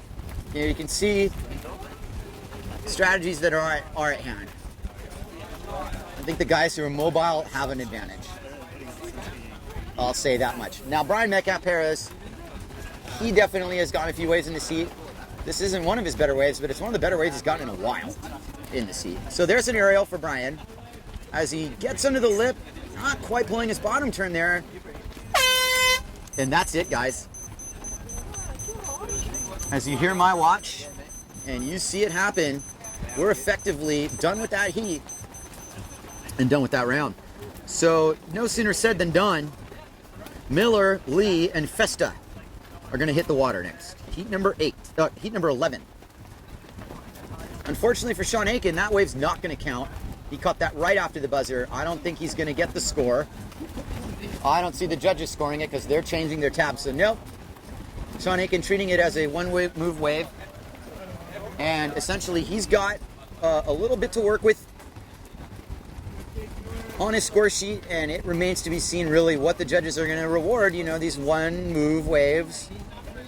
It's interesting. I don't think it's going to be as high scoring as some people would have liked to have had them be, and that's just my opinion.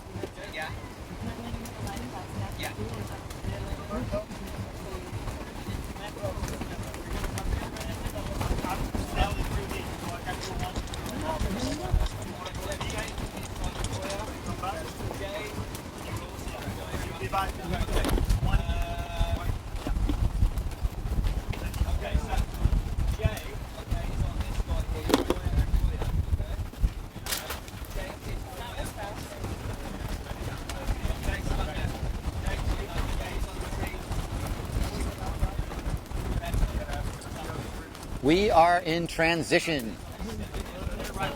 Famous words.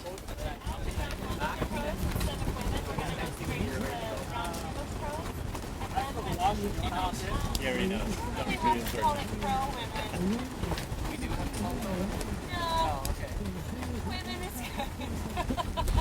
We're all pro women, Sam. We love women. What are you gonna call it? The anti-women heat?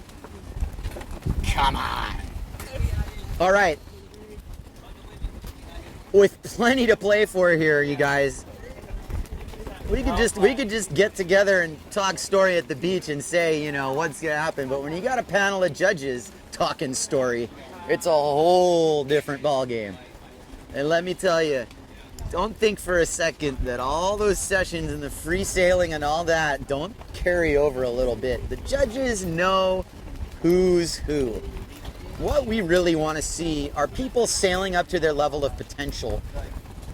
I'm not going to say that everybody doesn't change their strategy. The second you get a jersey on and a heat horn blast happens, you sail differently in contests than you do in free sailing, up to a point. But the guys who compete the best are the guys who can free sail in the heats, basically. It's that simple.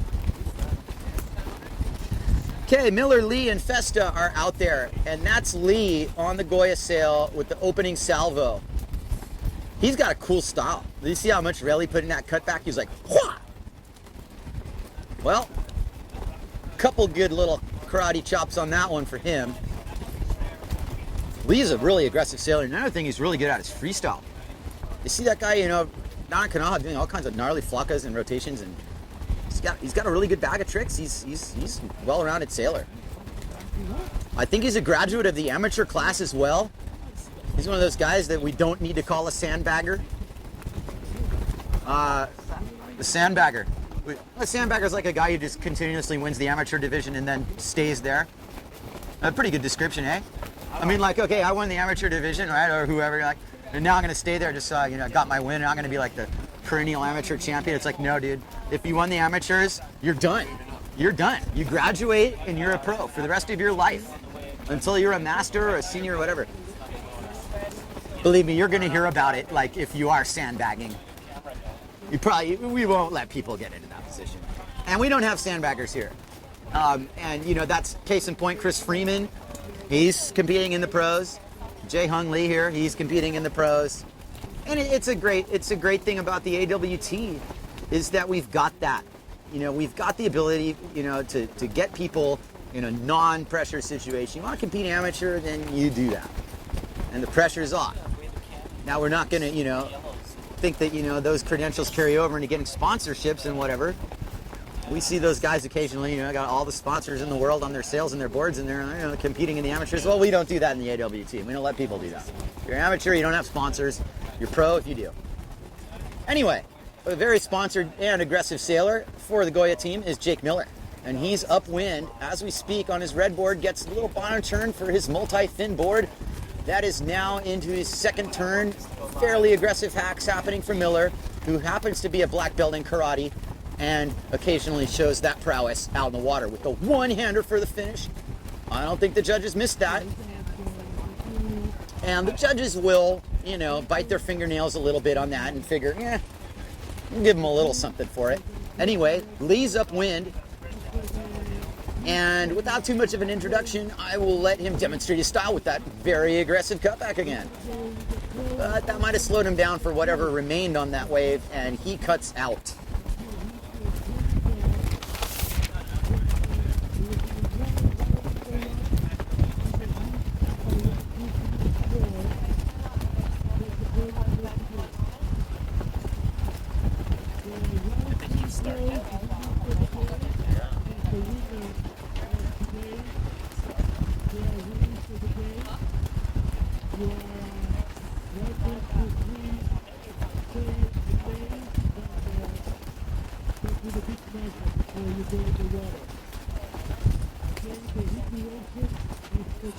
All right.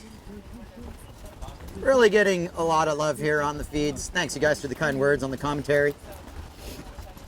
I really, really appreciate it. Makes my motor mouth even more motory. Love the coffee, too. Jae-Hung Lee, you were looking at him to bury his outside rail on that cutback, and that time he just pushed it a little too far. And Hookipa was like, what, brah? Schwack.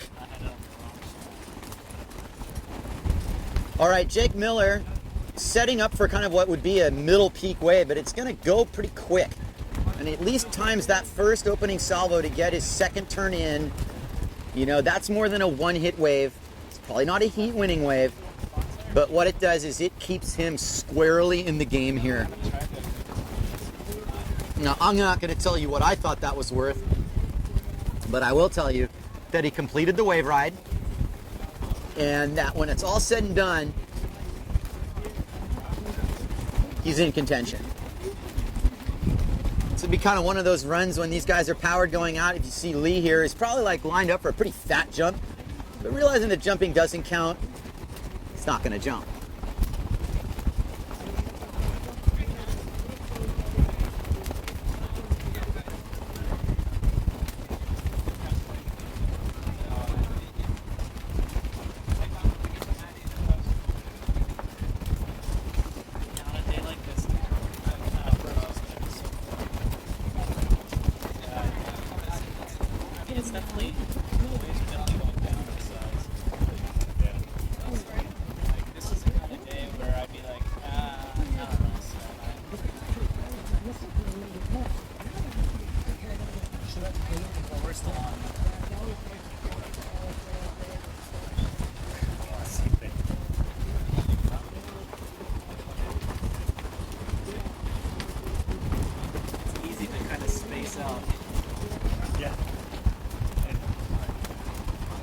Now, as we take a close look at this lineup and Lee's setting up for a wave, I wish you'd look behind him because the better wave is behind him.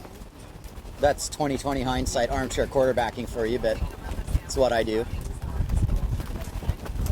Lee with that trademark cutback. You know, he's going to put that rail in every time, apparently, with that, you know, nominal amount of spray. I think Lee's kind of a case in point where the wave selection needs to step up a little bit. He's got to open his eyes and look around and see what is behind him. There was nobody on that wave behind him, and that would have been a bigger score for him. And it's easy to get kind of locked in and psyched out because you're looking at your watch just as much as you're doing anything else. But the reality is you've got to be aware and you've got to make the most of your opportunities.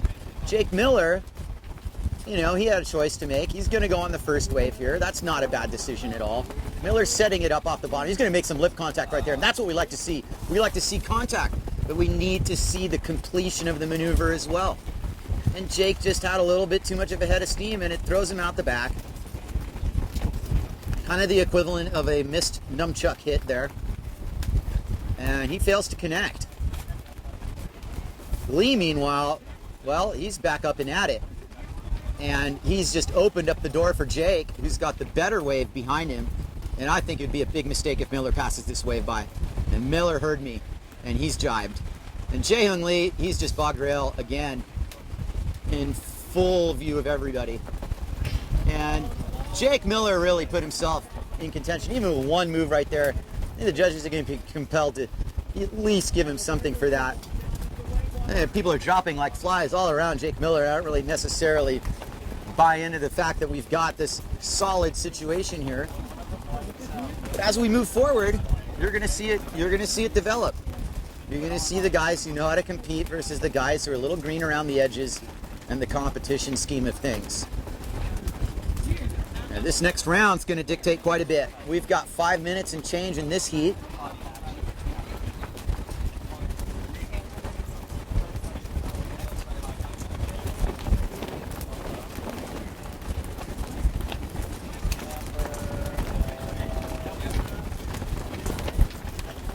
And what feels like a bit of a freshening breeze here.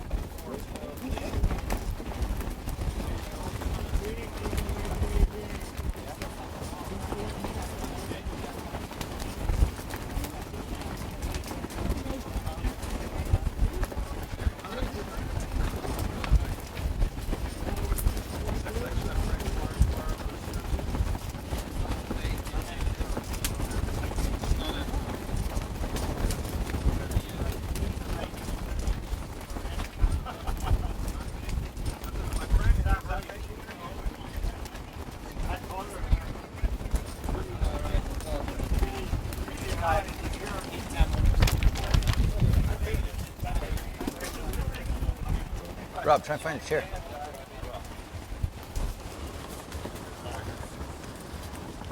All right. Well, we got results from Heat 10 as people are jockeying around outside. And Jae-Hung Lee actually picking up a wave. Advancing out of Heat 10 and in first place. I'm proud of Sean Aiken for pulling that through. Just must have squeaked on Metcalf Perez there, Jeffrey Henderson in third. So Aiken's put himself in good standing. He's a really savvy competitor. He knows how to do it. And we got Jae-Hung Lee on the inside with Jake Miller on a good size set. Hits it for it, and it's going to take him home to the point. Jake Miller really with the wave he was waiting for in this heat. Mid-face snap. He's going to get one more powerful carve as this wave hits the point, and he kicks out. Solid score from Miller. What do we got? In the last heat, Aiken and Metcalf tied on position, and Aiken only won by 0.1 on his highest wave. Sam Bittner just informing me that Aiken beat Perez by 0.1 in that heat, and it came down to best wave ride. In other words, they were tied. And that's just case in point. You know, you've got you're splitting hairs at some point here. And it's a really good thing all these guys still have a chance to advance, because if you're out of the contest by 0.1, that can haunt you for years. I don't care who you are. So that heat's not going to haunt anybody. In fact, it's going to definitely be a little kick in the tail for Brian Metcalf Perez. I think Sean Aiken just kind of feels like he got through there. Might not have been his best heat he's ever sailed at Hookipa. But you know what? He'll take it. He'll take it.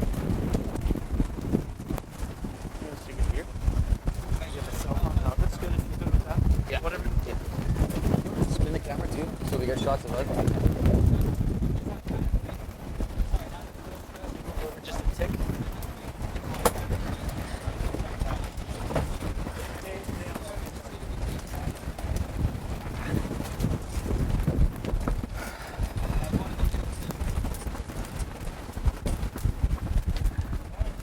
Oh, that's my arm. Punch us in real quick. There's nothing going on. Go ahead. All right, all y'all, welcome. This is my cohort, Rob Funk here. He just had a seat. Rob's possibly seen just about every Hookipa contest that's ever happened. Maybe he missed the initial Maui Grand Prix in '81. Maybe not. But I mean, I'm sitting next to somebody who's seen it all. And by the time I got here in 1987, Rob was already talking about the good old days. So I know you've seen every event, Rob, and you've seen it all, like I just said. And well, here we are again. And it's good to have the pros back. It's good to have everything back. And today's conditions, to me, were really surprising. I didn't think we were going to get wind, and here we are. We've got wind, and if you're wearing one of these E11 Dungerbeck shades, it looks like it's blowing 30 with the polarized lenses, but we won't worry about that. What we'll talk about here is, take me through Miller's ride, Rob. Well, since I didn't really get much of a chance to watch it, and I did like that move right there. But Jake's a seasoned windsurfer here. He knows these conditions really well. That he does, and I think what you missed really was just his setup turn on what was another multi-hit wave for Jake Miller. In contrast to some of these waves that Jalen Lee's getting, a couple turns, he's not, quite as aggressive. Miller, when he puts together a really good wave ride, and I can tell he's kind of not fully let loose yet. He's definitely within his boundaries, keeping it a bit safe, and playing for points, which is important. Yeah, it's too bad I had to walk into the middle of the heat and not know really catch up to what's going on. But looks like we got plenty of time to go. Actually, we got 7 seconds left. Oh. And you take that back. It's 7 seconds to go. That is the end of the heat. So Jake saved really well. Yeah, he did. Jake, I think, has put himself in position here. We'll see what they really thought about Lee's wave rides. It was definitely between the two of them. Excuse my watch beeping. That'll just tell you that we got 16 minutes on the clock. And yet another pro trial seat coming up. Yeah, I've been pretty much judging every heat until this past heat that we came into, and then they decided to trade me over to the booth. Well, it's good, Rob. You don't want to keep your eyes too tired, and start exercising the mouth a little bit as well. Because we know that we like hearing your opinions, and what we've got to say right now about this is AWT scores again, Rob. How is it possible that an organization has the track record of events happening that the AWT does? It's really amazing. It's grassroots, man. It started from the bottom, and they just move themselves up, and they do such a good job because they get everyone involved. That's what's the best thing. They get everybody involved. So you get from young people to the oldest people, like Yoshi. Everyone knows Yoshi, Japanese guy, 67 years old, still doing the contest. That's right. Yeah, and we will be watching him later. An inspiration to us all. Meanwhile, heading out in this heat, we've got Jason Stone, Nick Duday, and Ferdinando Lofreda. When was the last time Jason Stone did a windsurf contest? Well, we haven't seen him sail out yet. But however, I wouldn't be surprised if he is out there. He is. He's on his brother's sails. I see how it's going to go. All right, well, Nick Duday's all the way out in the colorful simmer sail. Ferdinando's on the clear Maui sail, and Jason Stone's on the inside, having just turned around on that Goya rig. Blue jersey. And this heat is probably going to start with Jason's wave ride in 4, 3, 2, 1. Jason Stone's going to open up the scoring here. Take us through it, Rob. Is this Jason Stone? Oh, that is Jason Stone. That was a nice move. You gotta say, he hasn't sailed that much in the last few years. He's really gotten into kiting, and he's doing really well kiting. But to come back, his brother got him into here, and it's like, he's one of the sponsors too. So might as well get some fun in while you're sponsoring the event. Jason Stone, a very celebrated professional kite surfer and one of the best. And also, having played in the windsurfing arena for quite some time himself, very good to see Jason back. Kind of exemplary of the people who are on the entire program out here. There's way too many cool water sports not to do them all. That's all I can say. Exactly. And Fernando, man, he should have made that. stalling out a little bit. Ferdinando, knows he's in a heat here. He's going to have a battle on his hands. Nick Duday's no slouch on his new Simmer Halo. Nick, one of the smaller competitors, he's on a 4.5, but that's like his big sail. It's pretty impressive. And Yeah, Nick, how old is he? Nick's just turned 19, I believe. And he moved to Maui last year after he graduated from high school, fresh from Cancun. Contacted me early and often about getting on the Simmer team, and I have Elijah. She's a member of the national team. Probably one of our best guys on Maui from the national team. It's a really stylish cutback from Nick. And he set it up really nicely there. I'm proud of Nick. He's going to learn a lot from doing this. He's got an outside shot at making it in, just like everybody. But what I like about Nick is he's got a pretty calm attitude about it. Not really feeling the pressure. Look at him, do a lay down sail. Judges have decided that they're going to score that no matter what, but... Oh, they will. They'll add that onto their score. They'll add that on. Yeah, A little half point on. I bet you even got a point out of it. Okay, we got nice wave setting up here for Jason Stone on the inside. No, he didn't want it, but Ferdinando's got a really nice wave. See if he does his patent and big aerial.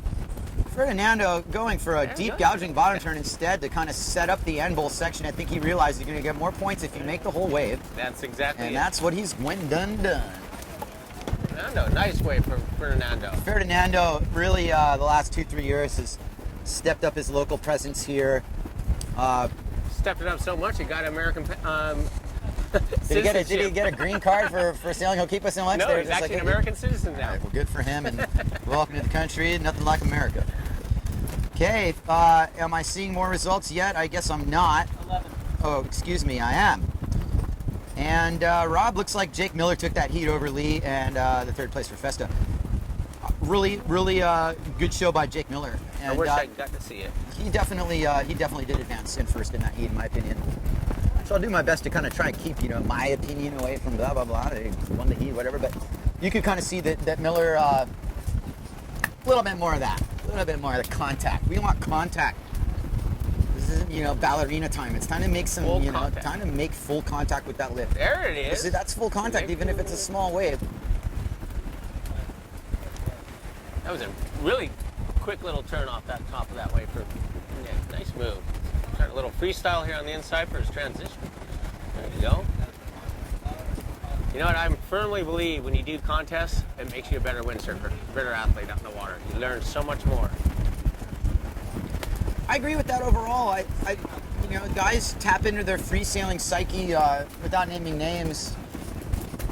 I find that, competition forms you. It makes you a better sailor, but sometimes I think people kind of try and put their competition sailing into their free sailing and aren't able to do it vice versa. I agree. No, that's kind of what I was saying. It's funny how you see people do contests that you think would do better, because after you see them in a contest, and next time free sailing, they're going off and you go, why didn't you do that in the contest? Why didn't you do that in the contest? Well, there's an easy answer, because I was free sailing out there. And I think something I said earlier was, the best competitors are the guys you can free sail in the heats. Exactly. And Camille Jubon looked like that. well, that's exactly what I said. And Jubon is an example of what to do out here. Ferdinando, right there on that, that's what I call home cooking. He made that happen. There was nothing the wave did for him there. He just straight up made it happen. And that's a testimony to his ability. He jammed that bottom turn and got right under that section. And as this battle takes place, Nick Duday playing position a little bit. He's getting in himself. He's getting the best Found himself wave in on a real wave here. That first one he rode was a little bit of an insider. Second one, not much. This is his first real wave. And Nick Duday not backing down at all. Really looking for the knockout punch here. And he gets up under the lip, and there he goes. And there it goes. Too bad for Nick. A little bit of an aggressive approach there. Okay, Fernando spent a lot of time down off the point there. So what we noticed at the beginning of the contest was that people were getting driven down. They weren't getting up into the main arena. Ferdinando did that last year too, and he was cursing at himself in whatever language it was after that. He's learned, like you said, all this competition that, you got to be able to learn you learn the hard way, right, Rob? Yep. I mean, you learn the hard way, and it's hard to, your free sailing act might be different the judges are interpreting this. You've got to look at it through the eyes of the judges. You're scoring points.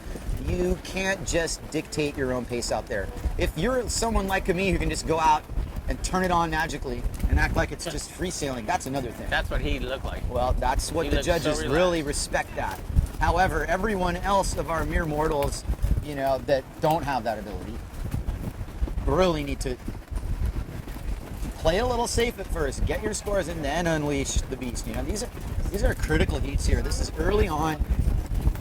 We haven't even gotten through the first round, and we've seen plenty of action on both sides of the coin. We've seen guys make critical mistakes, but more importantly, we've seen guys take control of heats just by putting themselves in the right position and playing it smart.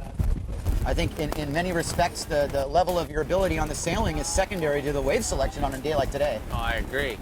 And, we can sit here and point at where you should be, but it's a different story if you're looking it out through our eyes. Well, Nick must be listening to us because he's in the right spot. I didn't need to tell Nick a single thing. Oh. And I mean, I feel like telling him right now, maybe try and get your score, but I think what Nick's doing, he knows he's young. He knows he's got a lot of years out here. And it's just simply a case of feeling his way through the lineup. I went to Pistol River with Nick 3 years ago, and this first heat he ever sailed in his life, he just took a beeline downwind for the free sailing zone and did his heat down there. And we're like, actually, Nick, you need to sail down. So he's sailing in the real competitor zone. He's making it. Learned a little bit. Here, Ferdinando got upwind again. Ferdinando, here comes the trademark error, and he's probably going to back his head through there. No, he didn't get the head bob, but that was nice and aggressive. Unfortunately, a one-move wave. And I don't know what that looked like on the score sheets, but I know that you can't fall back on one hit wave and think that that's going to be what you need to do. You need to repeat it. You need to get multiple hits. It's quite simply put. Paint that wave. Got some wind coming up, though. It's getting... It seems like it's coming up, but what I'm really noticing more than anything is that it's holding its side on-shore direction. Yeah, it sure is. And as it might be picking up, I don't think we're going to see it much windier than this. I agree. This is probably going to hold true. Here goes Nick today, who probably just, plays it safe with a little straight jump. Oh, meanwhile, Jason Stone. And he goes down, and he did that same maneuver that his nephew did. He did. His nephew Harley. It was a little bit of a blown op there. But we got to see the bottom of his feet. We did. Nice to see he got his pedicure. Now we got to get Jason in to get his stuff before... he's going to be past the rocks. He'll be all right. It's not going to take a rescue, though. I don't think that a little $10,000 jet ski wants to get any closer to those rocks anyway. I'll tell you, Jason better swim because that rig might go, woo. No, he's got it. He's fine. Okay, we're watching Nick today on his brand new 4.5 2014 Simmer Halo. And that is a colorful looking sail, I tell you. There's no mistaking who he is. Man, he's got all the colors in the spectrum there. Yeah, he does. Okay, Jason off. He's made it out past the rocks. How are we doing on time? Time check is right at 5 minutes on the nose. Thanks for reminding me, Rob. And that tells you people at home that this is the last part of the heat here. This is where stuff starts counting. Everything's been pre-positional now. Nick Duday knows this is an important wave in this heat. And he's waited for this moment. There's really going to be no messing around here. He's going straight to the lip. He's going to take it home. And as far as I'm concerned, he's a really up-and-coming guy who's watched everybody and anybody and taken his notes, and that's a good safe wave ride from Nick. Yeah, that is. And I'm proud of him for not really trying to be flashy or somebody who's not right there. No, he just blasted 3 really good hits on that. Nice floater right Nick there. Duday with his highest score for sure of the heat right there. No doubt about it. Judges will recognize that as his highest scoring wave. Puts him somewhat in this game. I mean, that was no one move wave there. That was multiple hits in succession. And that's what That's a good example of what you're saying, the one maneuver that Ferdinando did, and Nick not only finished it off with that, but he started it off with a full wave. He even gave himself like that one extra one after the extra one. It's like, okay, oh yeah. Okay, let's see how Fernando does on this one. See if he does the same thing. Ferdinando having an opportunity to get multiple turns, but he's going to beeline it. Yeah, same maneuver. He's going to go for one aerial, and he's done. Okay. And I don't think even he really wanted to do that, but he realizes that's what he got. Ferdinando maybe not putting a ton of pressure on himself right now. I don't think he's really doing anything other than enjoying the moment and being out there. Yeah, throwing it a little competitively, but being you and I up here, we know he needed to do more than that. Oh yes, we do know. How we doing in Twitter field world? We got any questions or comments worth noting? Also, anybody on the Twitter feed, if there's a guest you'd like us to have up, we're welcome to inviting them up on the webcast to have a word. I'd love to have a word with anyone from Robbie Nash to any of the PWA guys who are not sailing yet. Some of the contenders for world titles, maybe a Traversa or a Mussolini come up, or maybe even we can get Coster to come talk about his Hookipa sailing. It'd be great. Promise to be polite. Nick Duday again, look at the kid running. We've done talking about him. There goes the halo in action again. Nick Duday definitely took advantage of whatever was given to him there, and that was a 1-2 punch. He caught 2 waves in under 2 minutes right there.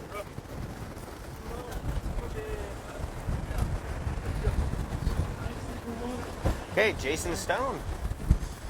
Jason Stone, unfortunately, getting a little blocked by Ferdinando, and he's got to go run for the run. Still going to get a little bit, and he comes out of that. Nice, Jason, but he's not going to. Oh, he is going to pull it off. No, there it is. Yeah, he did. That's a Stone if I know a Stone. But how is that? You get Jason Stone hasn't sailed in a few years over here. You get Sean Aiken coming back. How's Aiken? How great. Timeless is that guy? Yes. Relevant to what he's able to do. Okay. All right. Looks like our faces are better for radio. We're good. They saw us. You got plenty of airtime.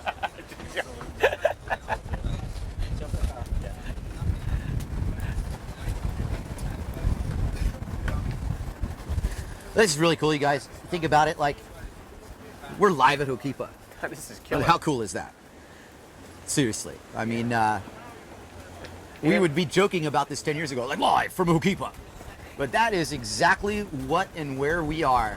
And anybody at home out there, be it Asia, Australia, Africa, New Zealand, Europe. South You're welcome. Africa. South Africa might. You are welcome to chime in and bring yourself onto the Twitter feed with any questions or comments. We welcome it. Big props to the Live Maui webcast for bringing this to me.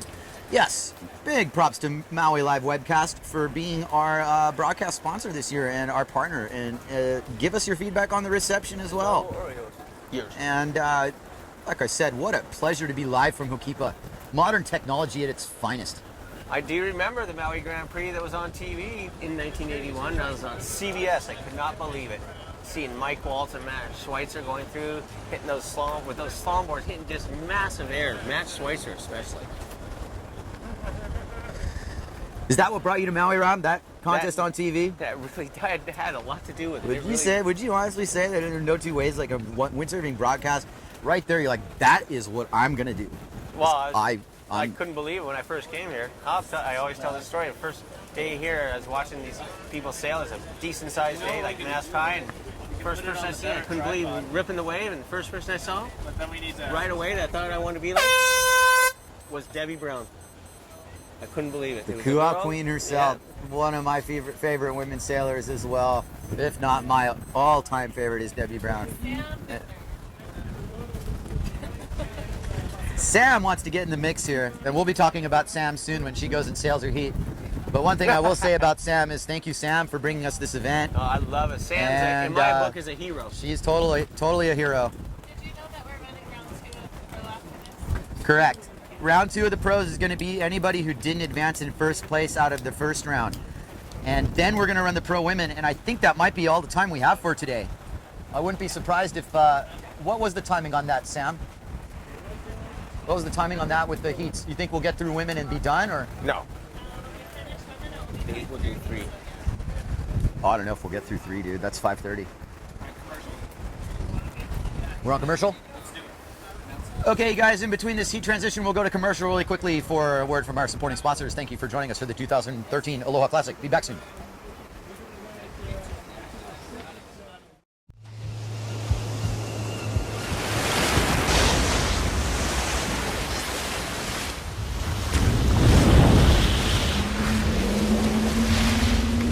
I'm Robbie Swift. My Maui Ultra Fins AX Thruster.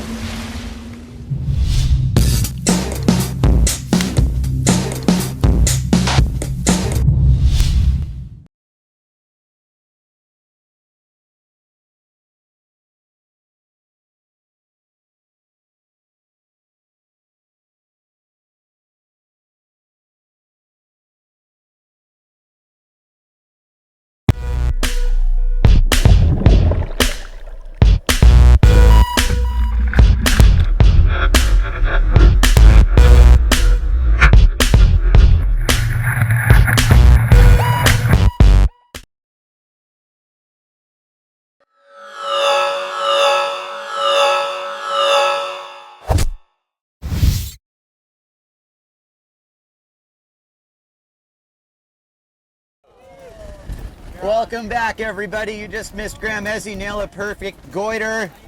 We might need a replay on that, you guys. Gear up a replay of Graham Ezzy's perfect goiter. That's the move of the day so far, first of all. I got a production truck here. Oh, I guess this isn't ESPN. It might not be at ESPN, but that was one of those da-na-na moments. Yes, it definitely was. And he nailed it. That was like definitely on the top 10 plays of the day, you guys. And if it doesn't make it to ESPN, I'll be pissed.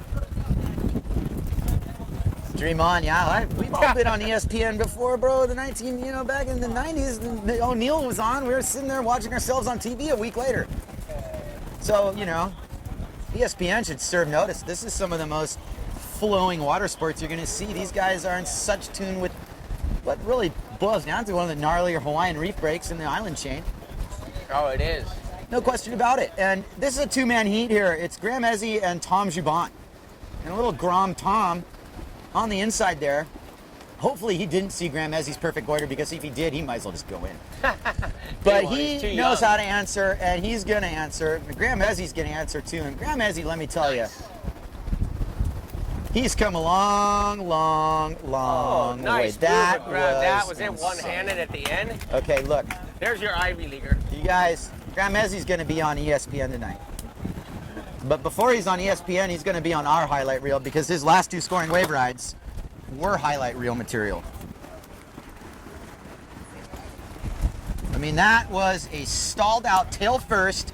I'm thinking about it. I'm still thinking about it. Let me read a little bit about it. Then he went around on the Taka. And that was no mistake. He made that happen. It was super impressive. Graham Ezzy just served notice that these trials are just as gnarly as the main event. I promise you guys, you're seeing some of the best action right here. Is this Tom Jubon right here? Tom Jubon. Backdoor this? Well, we're proud of him for hitting that section, and he just, drew a pair on that. Well done, Tom. It's going to count for something. Yes, it is. I mean, because basically the alternative was him not hitting that lip and having us really let him know about it, right? Yeah, absolutely. We'd have gone, rookie, come on, you got to hit that. Right. Now, Graham Ezzy, not any stranger to competition here at Hookipa, but also, you're looking at somebody who doesn't necessarily value competition as his priority in his career.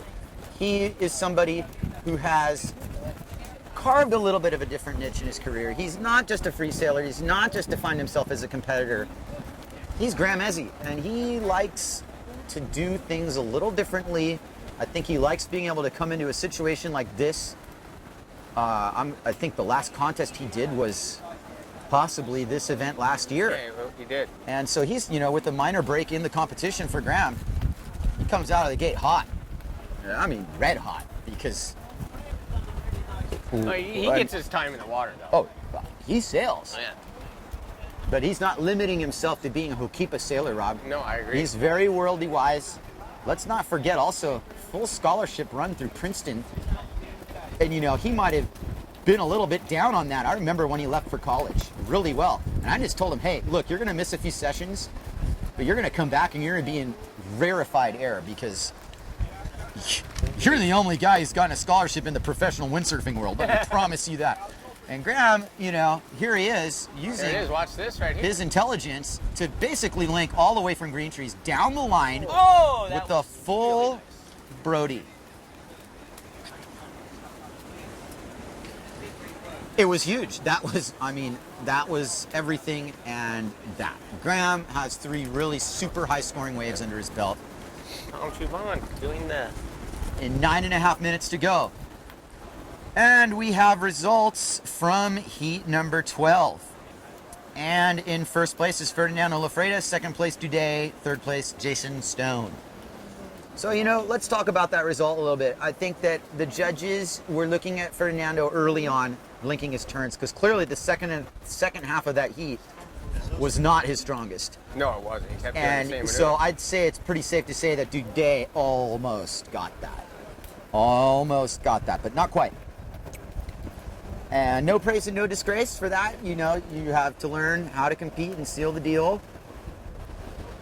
And both those guys probably feel like they could have done better. I agree. It was like, how was your heat? My heat felt really solid. I felt like I walked into a good situation there, and the mana was on my side. It definitely was. That was a good heat, though, but it just seemed like the wind was a little too onshore that you couldn't do those power off the tops that you really wanted to do. I agree. I think it was a little more onshore earlier, and that was definitely why I was on a 5.3, and that was definitely why I got a little more projection down the line.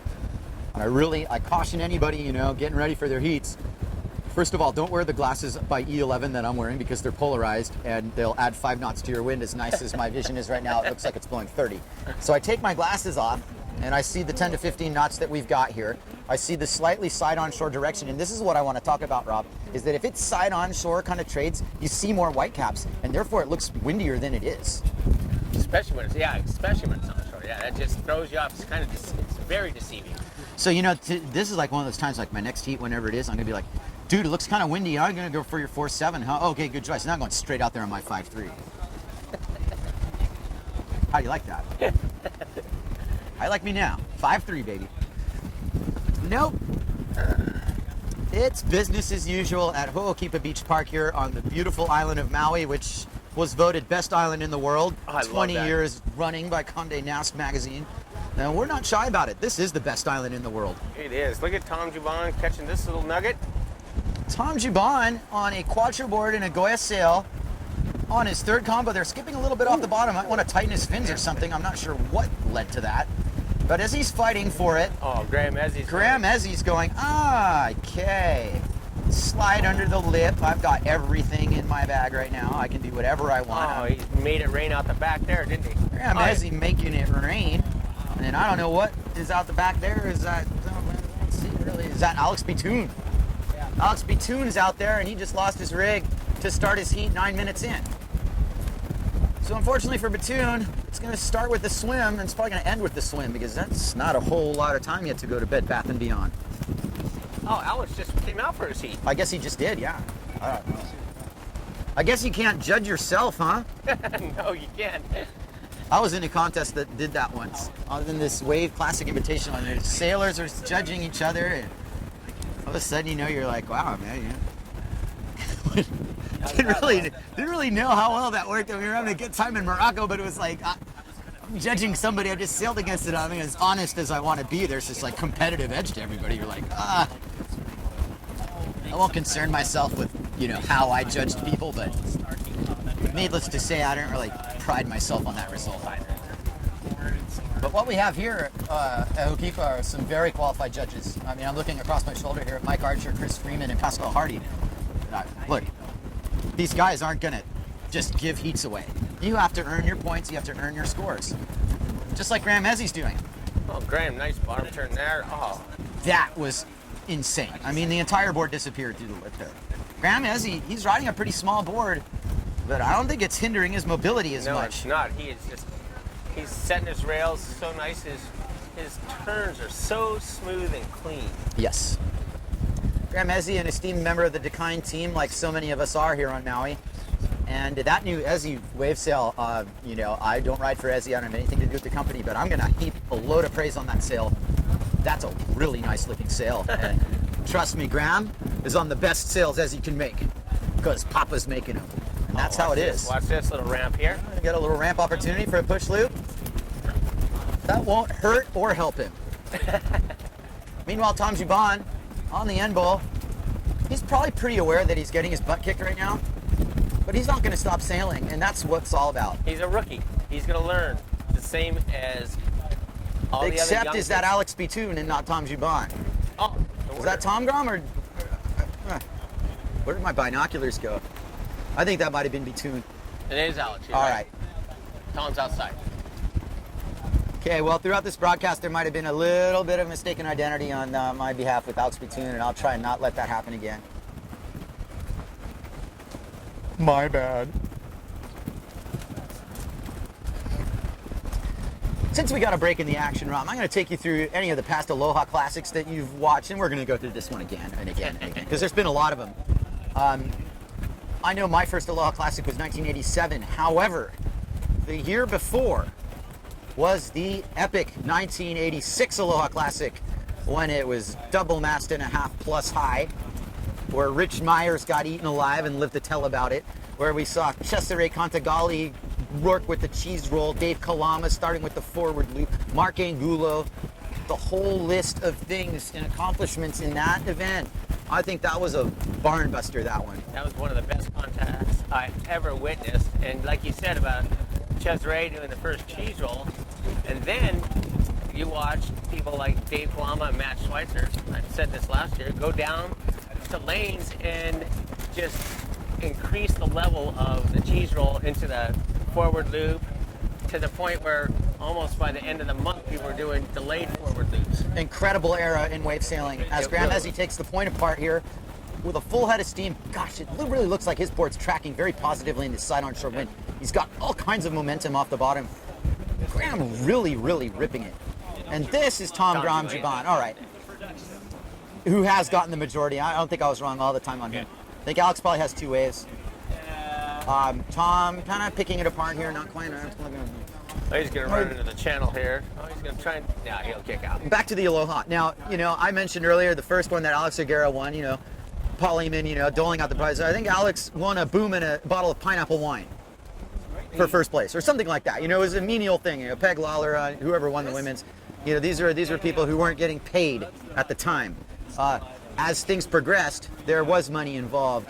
By the time 1986 rolled around in that big event, I remember that was the Citizen Mitsubishi sponsorship, and there was big money involved there. The year after was when the PBA was formed. That had Peter Stuyvesant written all over it, 88, 89. These contests rolled along until we were in a full state of sponsored events by 91. Peter Stuyvesant, Graham with just the Freebird one-hander. I'm proud of Graham, and I'm really proud of him for doing this event. He doesn't have to compete at all. Graham can write his career on his own terms. And I'm just, I'm gonna maybe sound a little, overly heaping praise on him, but we're really lucky to have him do this event, and it's super important that we have his level of interest involved to do this event and compete. And I'm just gonna say thank you, Graham, for being a part of this, because I know you don't have to do it if you don't want to. And we love watching you sail, and you're ripping right now. Those kid's ripping. Yes, he is. It's on fire. All the kids are ripping. That's what's even, that again, like I said, you have the age group of people from a wide spectrum, and all the young kids are sponges off the older veterans that have been here for years. Yeah, it's like old veteran guys. These guys can watch the veterans do their veteran thing, which is fall back on their experience, because their bones are not made out of rubber anymore, and we're not, elasticity to what degree that these guys can be. But what they do see is the wave selection, and they absolutely know that this is a game that isn't just won on your ability alone. No. Here at Hookipa, the conditions will play in or against your favor. And that's what I think the primary difference here between a location like Pozo, between a location like Flitmiller and Zilt, is that this is a little bit up to the conditions. And you make your own luck. You really do. You make your own luck. You do. And I you know what? I even, to expand on that, I bet you, I'm happy about it, that PWA, the Pro Tour being back here, because this is where it should be.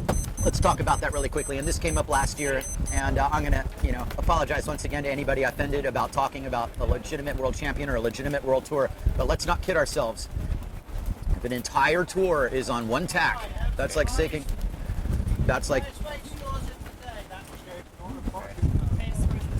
highest scores in the day off that last heat, as if we didn't know that. That was Graham Ezzy, by the way. And Graham Ezzy probably could have sailed in 1 minute from that heat and been done, but no one's going to tell him to do that. Not at all.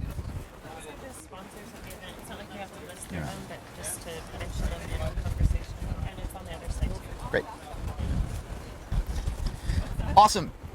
Back to this PWA AWT, and I'm just going to briefly get into this.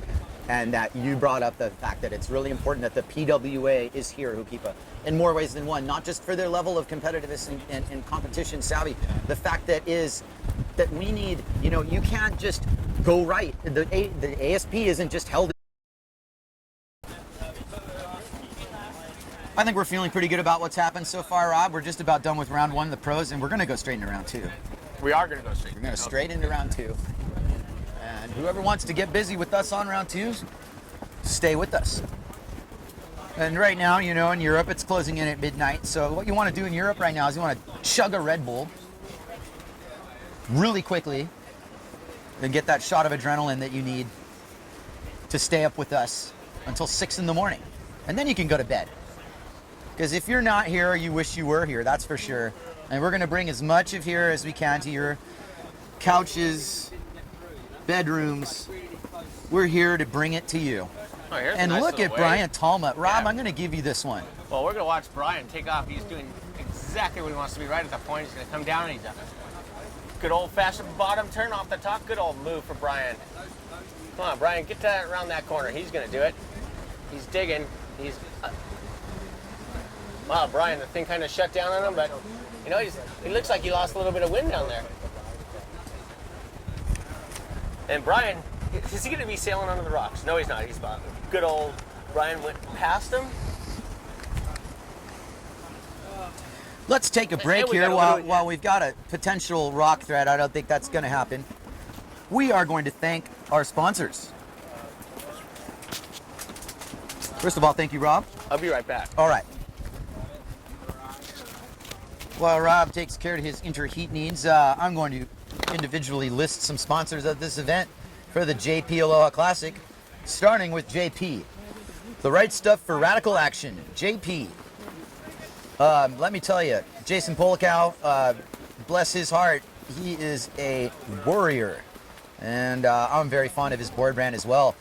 And you're going to see one of his riders right here in this heat was Morgan Noirot. So this is a good time to talk about JP and his board brand that's been in existence for well over 15 years now. And he's doing a great job. And he's sponsoring the right guys. And Morgan Noirot has been with them for about 3 years now. You can kind of see a little bit of the elements of the style of the master himself coming out. So as Morgan rides this wave, we will thank JP for the generous title sponsorship of the 2013 Aloha Classic. And that's a turn that would have made Mr. Polikow proud himself. Good combination, Morgan. Way to tweak that. Nicely done. All right, moving right down the list, we have Maui County sponsoring the event. And how much can you ever thank Maui County for sponsoring a windsurfing event? And, you know, it's like we've got the backing of the county. You know, that's as solid of a vote of support you could ask for.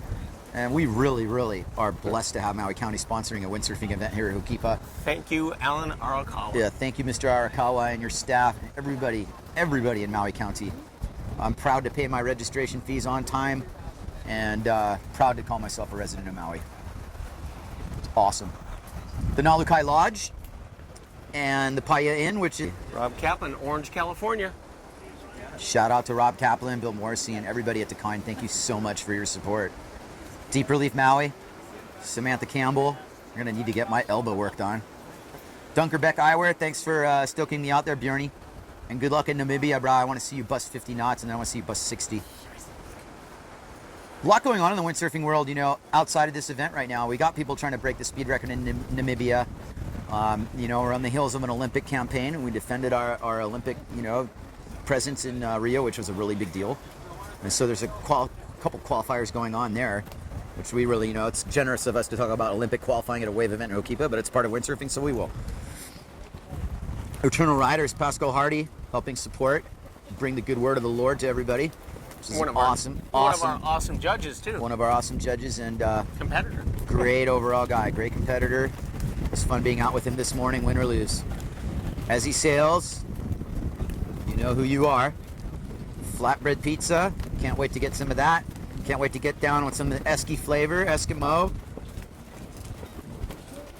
He's got a great thing going on, huh? Who? Eskimo, Oh, yeah. Esky flavor. I mean, just go up to the Puella Cannery guys and go hang out with Esky flavor for 5 minutes. And, you know, you're dealing with one of the legends of the sport of windsurfing, but just an overall great guy too. Also former Austrian kickboxing champion. So when you see that jaw, well, you're not going to break that jaw anytime soon. That's for sure. Okay, Brian Tom off the point. It's not that we haven't been paying attention, but those guys are playing kind of close to the chest here, going 1 for 2 here. Brian Tom on the inside He's one. gonna hit it, Brian. Yeah. Nice Brian. hit, Irie Mack coming back down. coming back down in front of the guy. Okay. Morgan Noiro keeping it cool, keeping it good, and keeping it late. He's gonna go, you know, coming around with his little slidey bit. Oh, the judges wanted to see that one, and you know, it was just a little bit of a shy wind guy. Gotcha.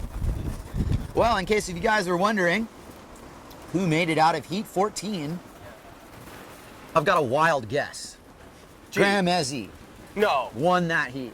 Graham is. And you know, another thing that head judge Duncan Coombs just told me, that was the highest scoring wave of the contest so far. And that doesn't surprise me. No, and it, you know, like, Duncan has seen a lot of competition. He went out of his way to tell me that, because I think all of you need to know that, in case you didn't already. And Graham put in the best performance of the contest so far. I agree. Right there in that heat. There is absolutely no question about it. And he made it look simple. He really did. Onward with our sponsor list. The very, very awesome company Goya is involved and generously supporting, as long as they've been a company that have been supporting windsurfing. So they're a great, great brand. And thank you, Francisco. And thank you, Hot Sails, Jeffrey Henderson. You're looking at one of his creations out there right now, the 3-batten KS3. That's a great looking sail. And Morgan, you know, he's throwing it through its potential. This is an interesting contrast in styles. You know, Morgan's kind of the old school, coming through with the new school.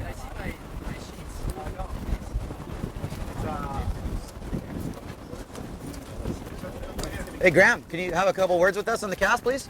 Would you mind? Sure, yeah. Get the mic. Can one of you guys switch the cam on to Graham? We're going to have a little interview. Oh, yeah. Thank you. Oh, high five, man. Looks like you're ready to play some football. I know, that's what I'm going for. I'm super down with that. Let's clip you on. Just clip you on and get it to you. Can I see my sheets, please? Hold on. 1 sec. A little bit more. All right. Hold on. And you're live. Well, Graham came to check in scores. As let's just take Morgan's wave here before we got the pause. Right at the end of the, almost the end of the heat. Morgan on that 3-batten sail. He's going to go the distance here. And one-handed landing, not bad. You know, we were paying close attention here, Graham, to your heat, which turns out to be the highest scoring wave and heat of the contest so far. And hands down, you started off on a bang there with that goiter. Wish we could have replay for that, but I'm here to tell you, you put in the performance of the contest so far, hands down, and you probably could have sailed in about 2 minutes into that heat and been fine. Thank you. How did it feel out there? Felt good. It's a good day. The conditions have turned against the forecast. It wasn't supposed to be this good, but it's turning into a really good, solid day at Hookipa. We've got some head-high west sets coming in, and good wind for 4.7, 5.0. Pick and choose a little bit wave ride. It's definitely kind of on a short interval, so you got that little stacking effect happening. I was kind of curious. I was thinking the upper ones are better, but you guys really kind of hit this lower section here. I think your best wave rides are right at the point. Well, the upper ones were better, but there just weren't that many of them. I think we had one big set, kind of more north set. So you felt that you would have wanted an upper one had it happened. I was looking for one the whole time, but it was the little west ones coming in front of the point that were doing it. Yeah, your goiter was super sick. I mean, you unwound on that, and it was super late. And I think that, you know, we were all just like, whoa, heavy. But I mean, when you came around it, it was no question. You just went boom, planted it, stuck it, and we were just like, whoa. Yeah, thanks. You know, I've been doing a lot of training. I haven't been competing. I mentioned that. Over a year. Yeah, your last contest was this contest last year? No, I didn't do this last year. I didn't even do that. That's right, you didn't. My last one was actually an event in Japan. Oh, Morgan just did a nice taka. Wow. It was nice, but it was not quite as nice as your one. With the delay taka that you pulled in your heat was like, he's going to go for two. Well, that's making a statement. Small weight, I don't know how that scores. I would Looks be having to score that pretty significantly. Not like high 8 or anything, but definitely a solid score. I haven't looked at any sheets, so once you get the chance to check yours, I'll let you go in a second here. But you know, back to your heat there. I mean, a lot of guys would play conservative starting off, you know, squeak away, kind of. You just went at it. It was like you were free sailing out there. I've kind of mentioning that guys are going to get the most love from the judges, the guys who look like they're free sailing in their heats, and that looked like you were free sailing. You know, I haven't been competing, and competitions and I have had a love-hate relationship. And so I'm approaching this, and I'm planning to return to competing full-time next year. I've learned a lot in the last year about sailing and myself and competing, and now it's just about applying to the heats. I can positively tell you, you looked close to unstoppable in that heat, Graham. And you know, I keep telling these guys, you know, the PWA bracket's coming up, and all these, you know, world beater guys. But I mean, I don't know who would have beaten you in that heat, Graham. I really don't. So keep it up, and go check those scores, buddy. Good Thanks sailing. so much. Yeah, you're killing it, dude. Is this some? Yeah, that's you.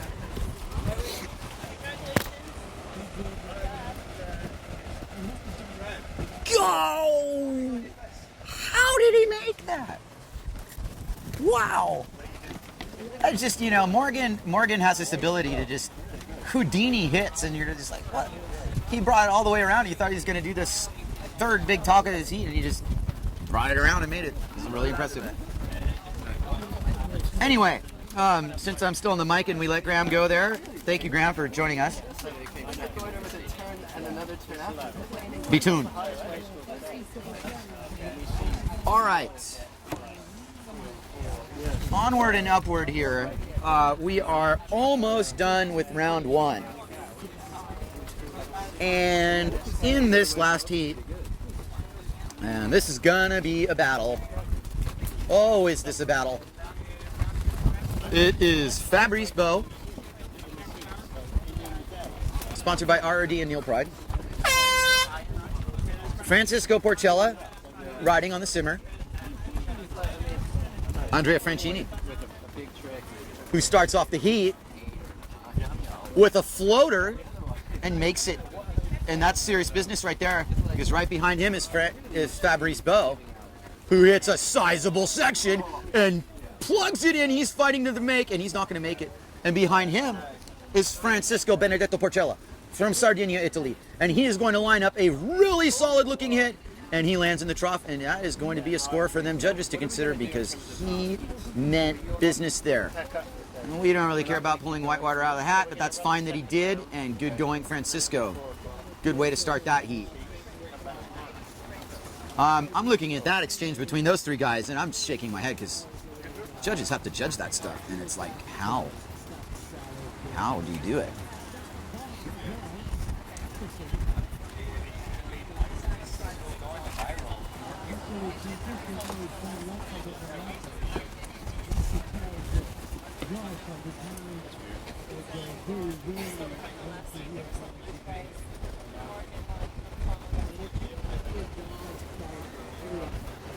I'm overhearing results from that last heat, and that being Morgan Noirot taking that heat with Brian Talma in second.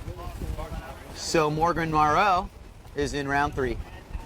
And we'll probably be seeing Brian again today, as we will all the other round 2 competitors. Well, that was an opening exchange between Fabrice Bow, Francisco Porcella, and Andrea Francini. And you know what? That's what you can ask for. Each of the 3 of those guys had a pretty decent wave. And that turns it into something a little bit different. Porcella really had a good error. Francini connected quite a few turns, and Fabrice Bow with a pretty bold hit. I mean, that's gonna amount to something. Francisco could have maybe gotten like one more turn. I would confidently call him the leader right now, but I think it's pretty close. We're splitting hairs on most of everything here. Anyway, splitting hairs aside, since I don't have any left, here's Fabrice Bow with plenty of hair on his head. And a pretty good brain to go with it, because he's upwind on a performer insider nugget, which is going to give him the chance to bust a fin loose.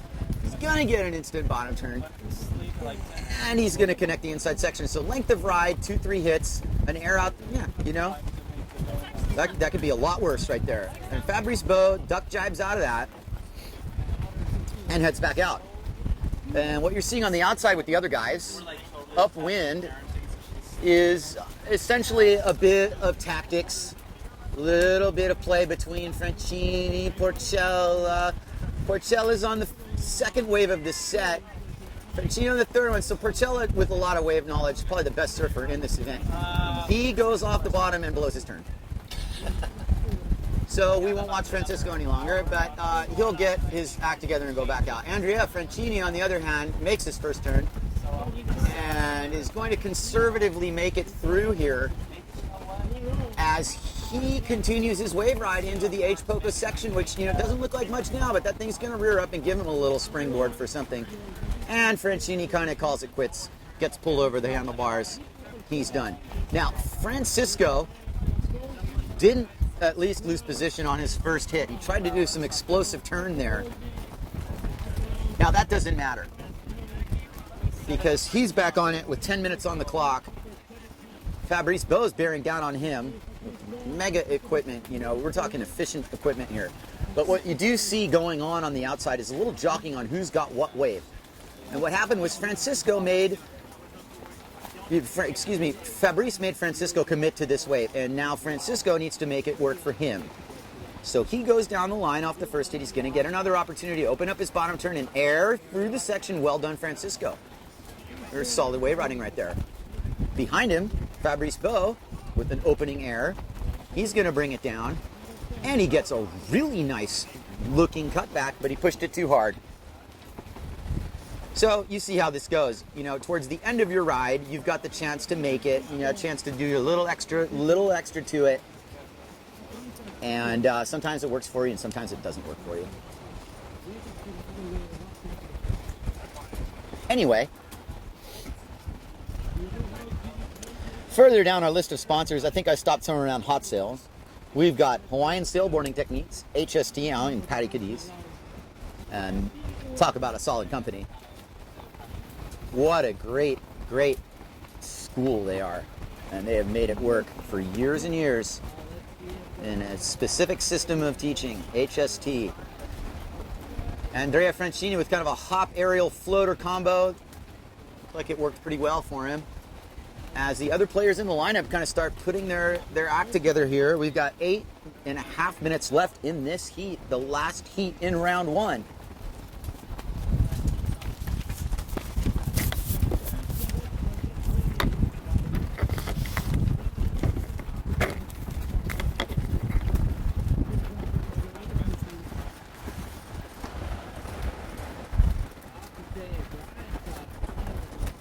Should I enable closed caption? Nah. What's that? Oh, no. The subtitle. Here goes Porcella.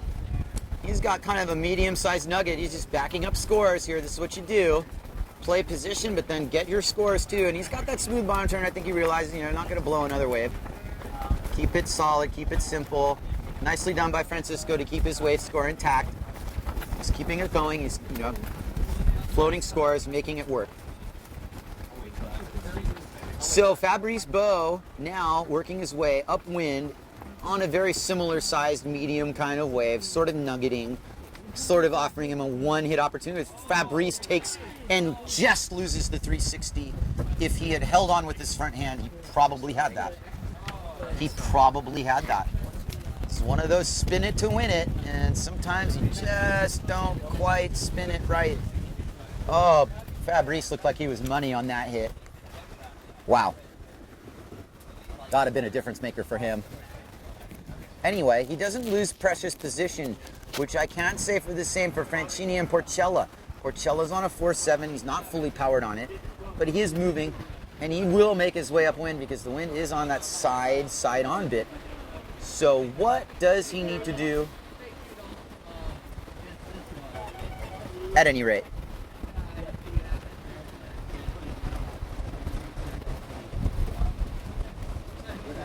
Andrea Francini tacks out of a potential low-scoring wave, which is absolutely the right thing to do. See guys trying to ride waves on the inside like that, they're getting twos. And twos aren't going to make it through any of these heats. All right, Andrea Francini now sees something a little bit better in this one, but he doesn't make his jibe in time, and now he's going to be bait for anybody who also wants a wave. So he's probably going to just want to jibe instead of trolling for an insider.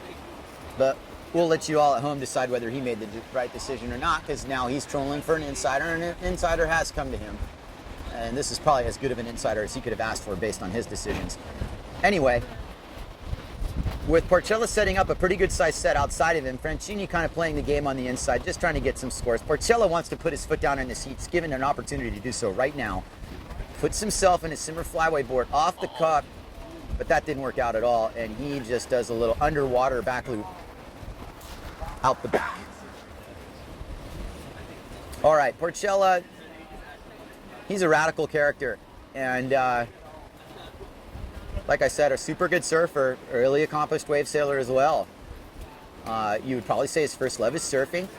And his achievements in that arena have been, they speak for themselves. He's a 2011 XXL Biggest Wave nominee for a giant bomb that he caught in Piahi back in November of 2010.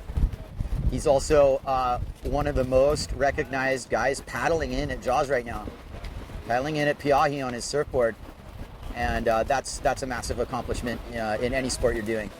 And I'm just going to casually mention that because, you know, there are guys in this contest who don't have that ability or level of fearlessness that Porcella exhibits on a daily basis. Fabrice Beau, definitely geared up to make a difference in this heat now. He's going to take the high line to this bowl, but it's probably not going to set up until right about the middle of the point. And he times it perfectly with a beautiful one-handed error, which he's going to take into the channel, hopefully get one more little statement turn. That was a nice score from Fabrice Beau. That's his trademark move, by the way, that little one draped handed error. You see him do that quite often. Yeah, speaking of a guy that sails on both tacks really well. Well, we're going to get into that. Fabrice Beau, not a regular participant on the PWA side of things, is a regular participant in the multi-tack sailing side of things. And Fabrice I met years and years ago at Diamond Head, though he was one of the guys coming here and slugging it out. He's not even at Diamond Head local, he likes to sail this place in the water they call Toes. And his port tack is awesome. Oh, it is. Super well-rounded sailor. Totally capable of winning the AWT, totally capable of winning a name event at Hookipa or anywhere else for that matter. He's carved himself a good niche. He's got this spot in the Philippines, super dialed in. Kingfisher that he helped discover himself. And it's all set up. Fabrice has a really good career. And he's making movies, doing films. Porcello, just a textbook gouging rail bottom turn cutback combo. I'd say that right now Porcella is really kind of, you know, let it be known that you're going to pretty much go through me right now if you're going to sail in this heat. Porcella's set the standard. I really think that he's done that. Francini and Beau, they're doing great. There's style oozing through Porcella's veins. I mean, seriously, the guy has the ability to apply it.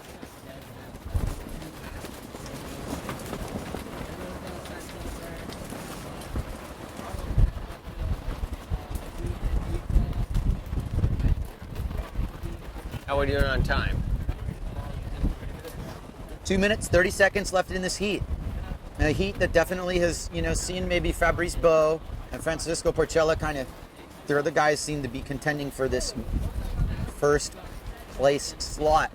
What Fabrice Beau has done here is he's put himself on a really good size set wave in the middle.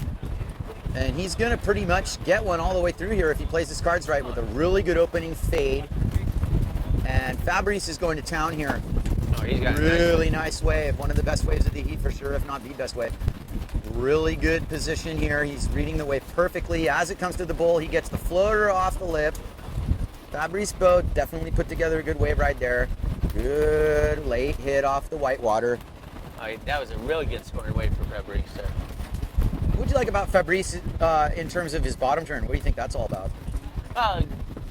To me, I think he knew that wave was a little bit faster, so he didn't want to really drive into it too hard to go too vertical because he would have missed the rest of the section of the wave. That's exactly right. I think he played that kind of contest mentality. As Andrea Francini looks like he's got a one-hitter that he better hit if he wants to get into this battle, and he hits it all right. Francisco Porcella on the outside, definitely on one of his better waves of the heat, and he's going to hit that thing vertical and continue down the line as we hear his father announcing on the point, and he goes for the 360, and that denied him. At least his rig survived, and that's a testimony to our simmer product there. He's a very good test pilot for at least that. That's for sure. If he can't break it, it ain't gonna break. Pretty much. We all remember Francisco fondly for that wipeout he took at Jaws Christmas 2009. Something that probably is not like his proudest moment of his career, but certainly one of the things when you talk about Francisco Porcello and things that first comes up is, oh, remember that wipeout at Jaws, oh my gosh. It's a little frustrating for him because he's so much better than just wiping out at Jaws, but I think the main thing to take away from that is not only did he survive that, but he handled it, and that's a pounding that not everybody could have taken. That's for sure. So that's his response to any of you all. It's like, oh, wipeout, haha. It's like, yeah, haha, you want to be in that position? No, you don't. That's the term. He ain't scared. He ain't scared. But you can kind of see a slight recklessness in his style. He's calculated enough. He knows when he needs to go for a score. But in contrast, you see Fabrice Beau with this very controlled, calculated. He's aware of the score tally. Everything he does is based at getting the score. He's extremely smart. That's going to be the last scoring wave of this heat, and Fabrice is on it. I think you might score Francini's wave. Porcello's not going to get a score. But Fabrice should and will get scored on this wave, and we'll see if this is a difference maker. It's only going to offer him 1 or 2 moves. So down and below, he gets the 360. It doesn't give it to him. He's done. Heat's over.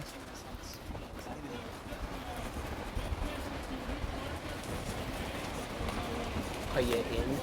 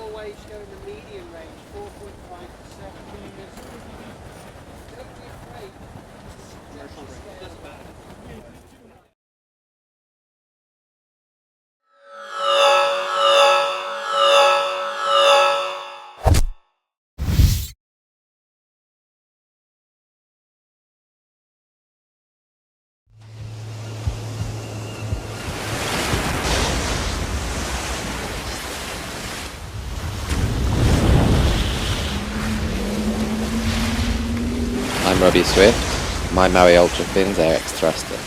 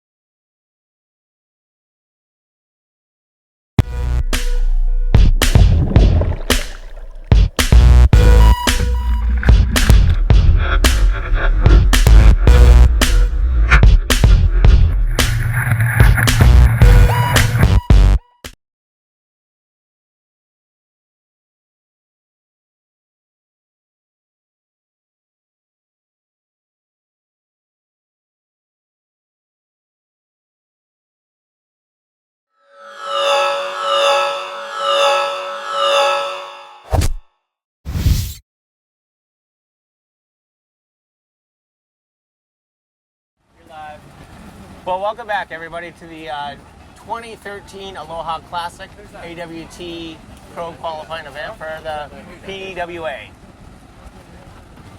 Just started this heat, and I will find out what competitors are in it here for you.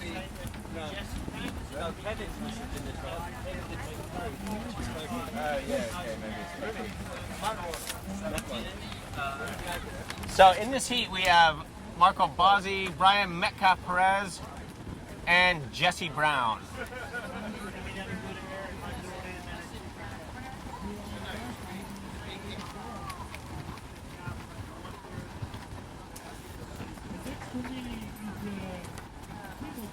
I got actually, Duncan, are we in 17? Yeah. 17, yeah. Metcalf Perez, he's on the right, yeah. Okay, we have Brian Metcalf Perez setting up for this really nice wave that's setting up really nice. Gonna take the high line down to the ball section. There he is. Nice little off the top. Straighten out. Hey, Brian, oh, it looks like he got blown off the top of that wave.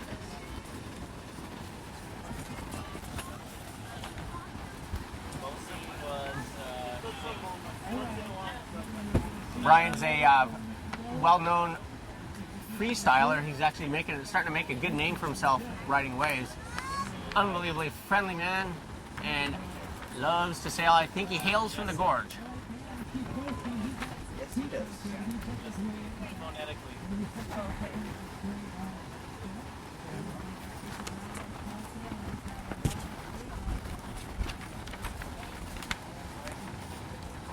Kind of a little lull in the action while the competitors try to get back upwind.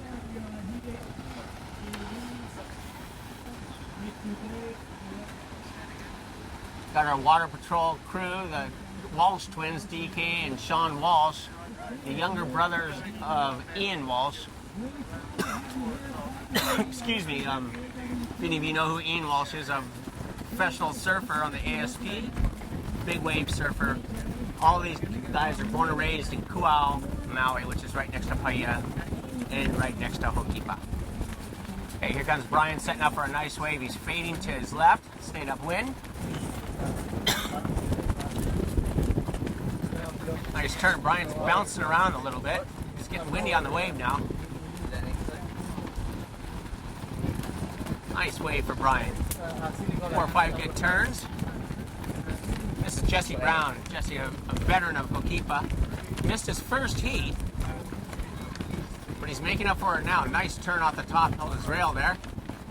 Oh, Dan hit it super late, and he paid the price for that.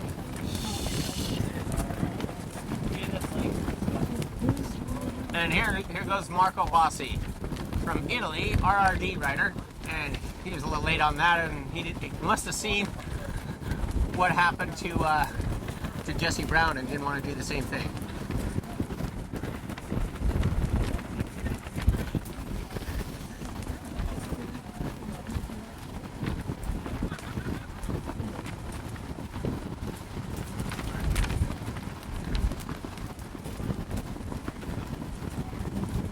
Jesse's a tough guy, Tennessee boy. Not too many windsurfers you see from Tennessee. Of course, the surf's firing there. What's the feedback? Yeah, they were able to recover from the outage.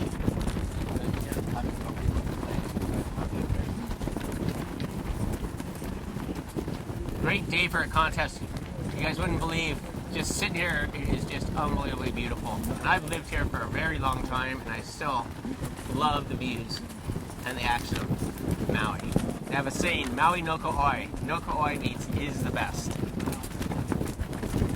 And there's a reason for it. Again, I'm sure Kai told you earlier, Maui is voted the best island in the world. We've won it several times.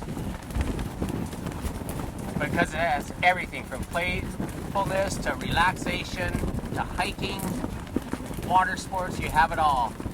Okay, Ryan Metcalf Perez way upwind. He's going to come in and backdoor this way. Let's see if he can go and hit the lip on this thing with a big aerial.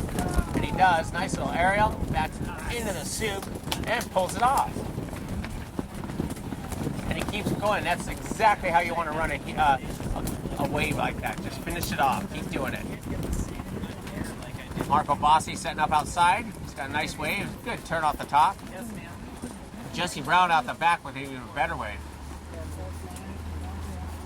Here goes Marco, little aerial. He's going to come back in and float in, and he lost it there. Here goes Jesse Brown. Let's see if he can do this one. He's taking a high line. He's going to come around the corner of this. Go for the nice off the top from Jesse. Perfectly digging his rail. 2 off the tops that were really good. Good scoring wave for Jesse Brown.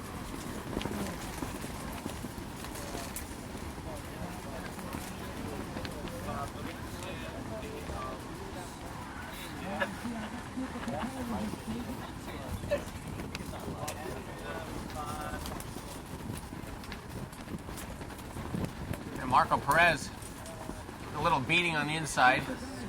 Once you're down on the inside and you don't get up quick enough, those waves are relentless. They just keep hitting you. That white water will just drive you back.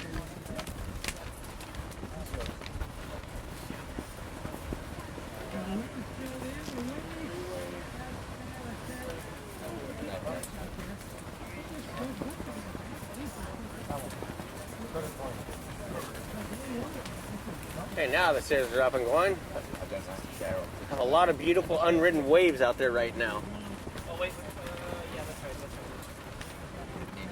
Going on to the next round will be. No, this is the winners. Oh, the winners of the last round, I apologize, will be Francisco Porcello and Fabrice Beau will be moving on. You're wrong. Francisco Porcello's name. It's first place advances to the next round, and then second and third sail in the second round. That's how it's working. It's a dingle. Okay, well, I'm going to have Kai Ketchadorian jump in here and correct me on my mistakes. Okay. But they both are advancing to somewhere. Everybody's advanced. Everyone's advancing.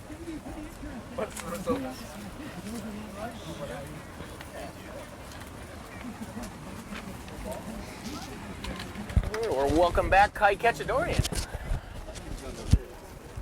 You know what I like about this job, Rob? What? Good coffee.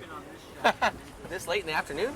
Yes, sir. The way it works here is that this round determines who goes to the third round and who goes to the second round. The first placed sailor in each heat will move to the third round. Second and third will sail in round 2 for the right to go to the third round.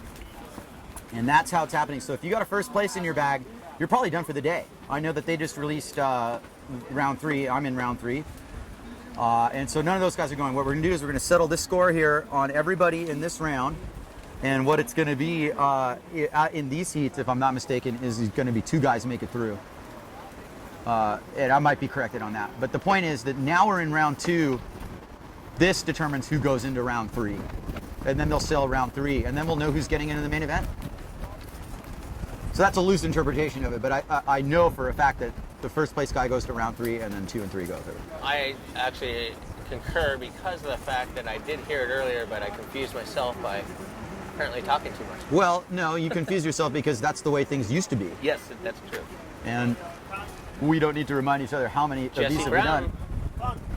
All right, we've got Jesse Brown on the point, and he is off the bottom on a serious effort off the bottom there. Now, Jesse Brown, I guess, showed up after all, and he's definitely showing up right now. This might be part of his strategy, is to kind of come through the back door here. Sneak in the back door. Sneak in through. Jesse Brown is an all-time shredder out here at Hookipa. Probably the best windsurfer from Tennessee. Yeah, I'm not even going to have to double check that.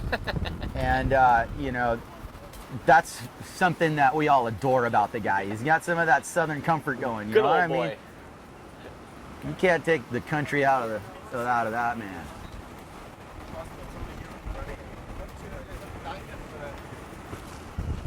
At any rate, Jesse Brown, Brian Metcalf Perez in this heat.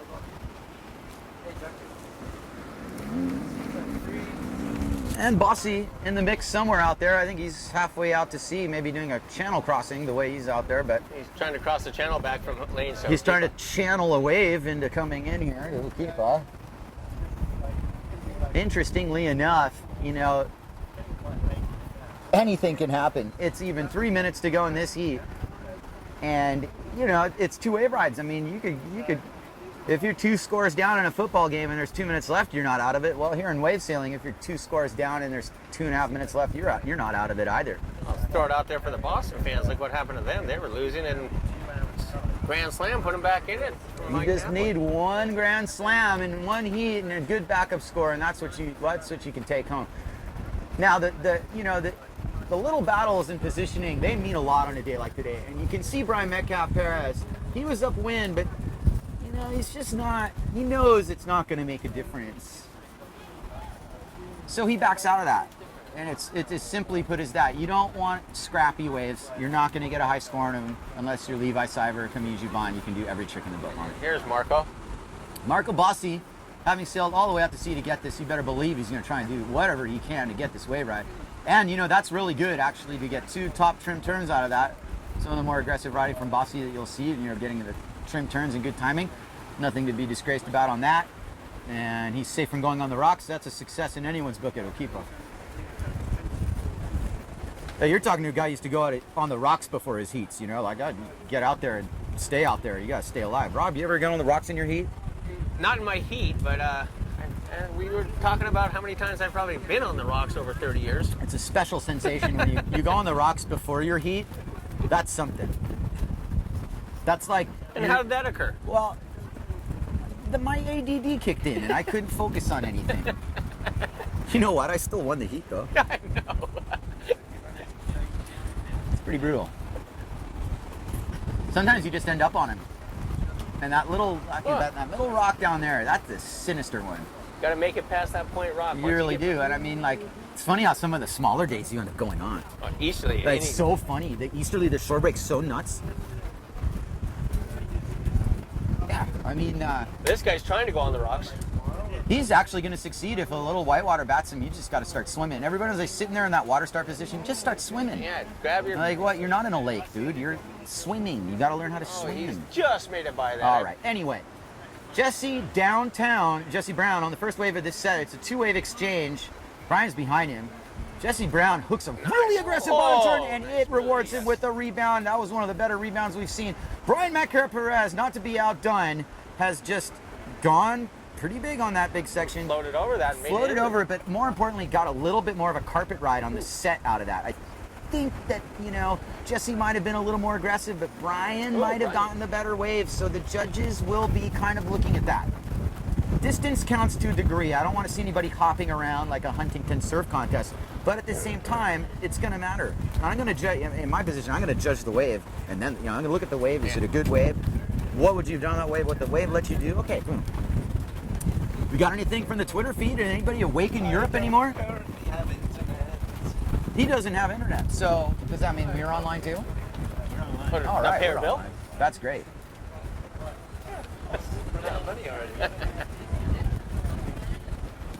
There's Cookie. We're going to have another guy that missed his first seat. Okay, I got to go judge. Well, folks, it's been good talking to you. I'm going to go back and judge. Thank you, Rob Funk, for all that you do. Oh, there you go, brother. I'm going to kiss you, though.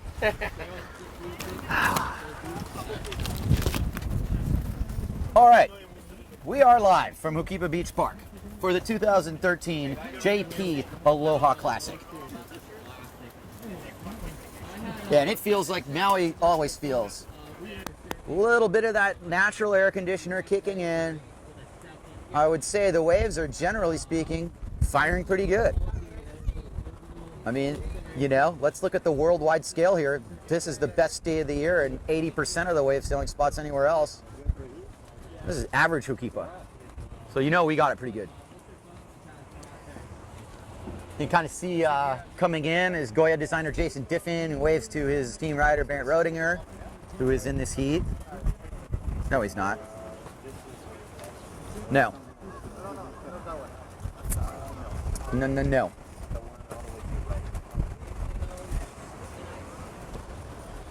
We are in between heats here, but ready to sail in this heat is going to be Jae-Hung Lee, Chris Freeman, Nick Duday, and Cookie Nicole. And that's a good heat. Anybody's book.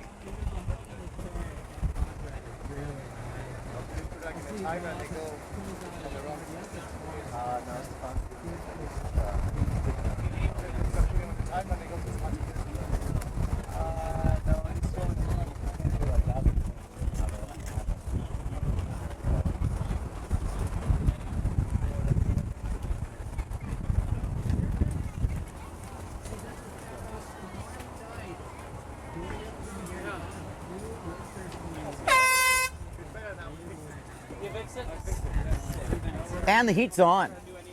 And like a savvy competitor that he is, Chris Freeman's on the first wave of this heat. Just like he planned.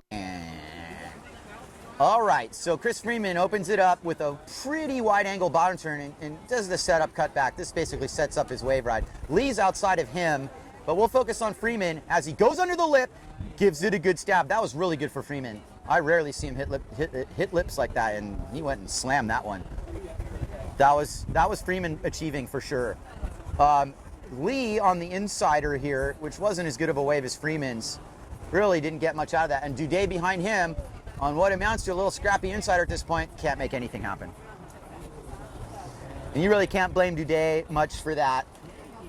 It's one of those things that just happens.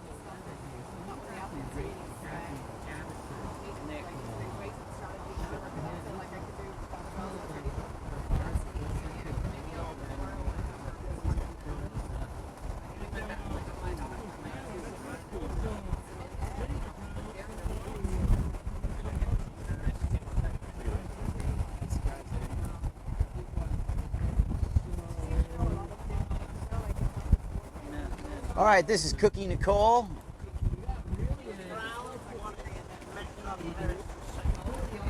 Advancing out of that last heat was Jesse Brown taking it. And Metcalf Perez has it. So those guys are in round 3, and Bossy's out. And good sailing, Marco. Get him next time, bro. And Jesse Brown. I love it, man. That guy just squeaked right through. That's awesome. I mean, he took it by storm in that heat. Don't get me wrong, but he missed his first heat. And that shows you how much that mattered. So if you don't feel like waking up early or missing your first heat, you're fine. You just got to make it through that second heat. It's great.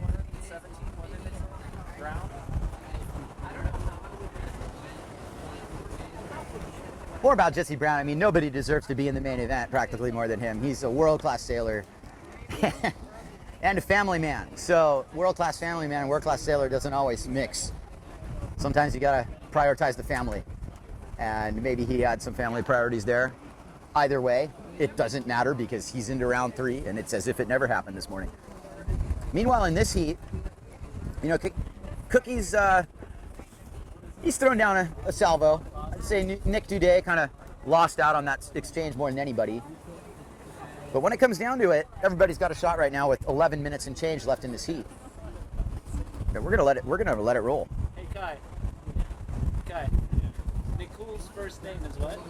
Cookie. Cookie, as in C-O-O-K-I-E, as in the cookie. Cookie Monster. Yeah? Yeah. Believe so. Cookie Monster Nicole. Let's just call him Cookie Monster. Well, Cookie Monster needs to get into the game here. He just drived in the channel. He's not going to get anything here. Nick Duday, on the other hand, is somewhere where there is a way of breaking. And he's going to make this work for him. Duday carving it smoothly. Definitely the pride of Cancun here. He kicks out Lee like a scout on arguably the best set of that exchange. And he starts going to town on it, maybe a little early on that cutback, throws that trademark cutback though. Now he's back into the power portion of that wave. Now he's cutting back and giving it through and through. Jae Hung Lee, riding for Goya. It's really cool, some of these new colors, they go translucent and the sun goes through, they color up the wave. Look at that little green shadow behind it, so cool. Anyway, that was my little interlude there for my artistic side. Interesting exchange here. Now Cookie Nicole has a section to work with, but he just didn't have enough wind up for it, and he's not giving himself a chance to set anything up. He's been in the channel the whole time. Now Chris Freeman, from way outside, finds his second wave here. I gotta give Freeman a lot of credit. He lets all this little scrappy stuff go and finds himself on a set.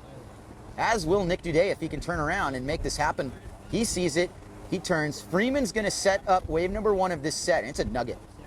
And Duday is on a nugget behind it. So let's let this transpire. Freeman setting up, beelining for the bottom of the pocket. Freeman off the bottom with the lip, beckoning, floats over it, makes the landing, upwind. Nick Duday with a little bit more of a stylish carvy style as Freeman completes his wave ride with hit number 2. Nick Duday with hit number 2 on a bigger section, floats it tail first, gives it a look, and says, I'm done.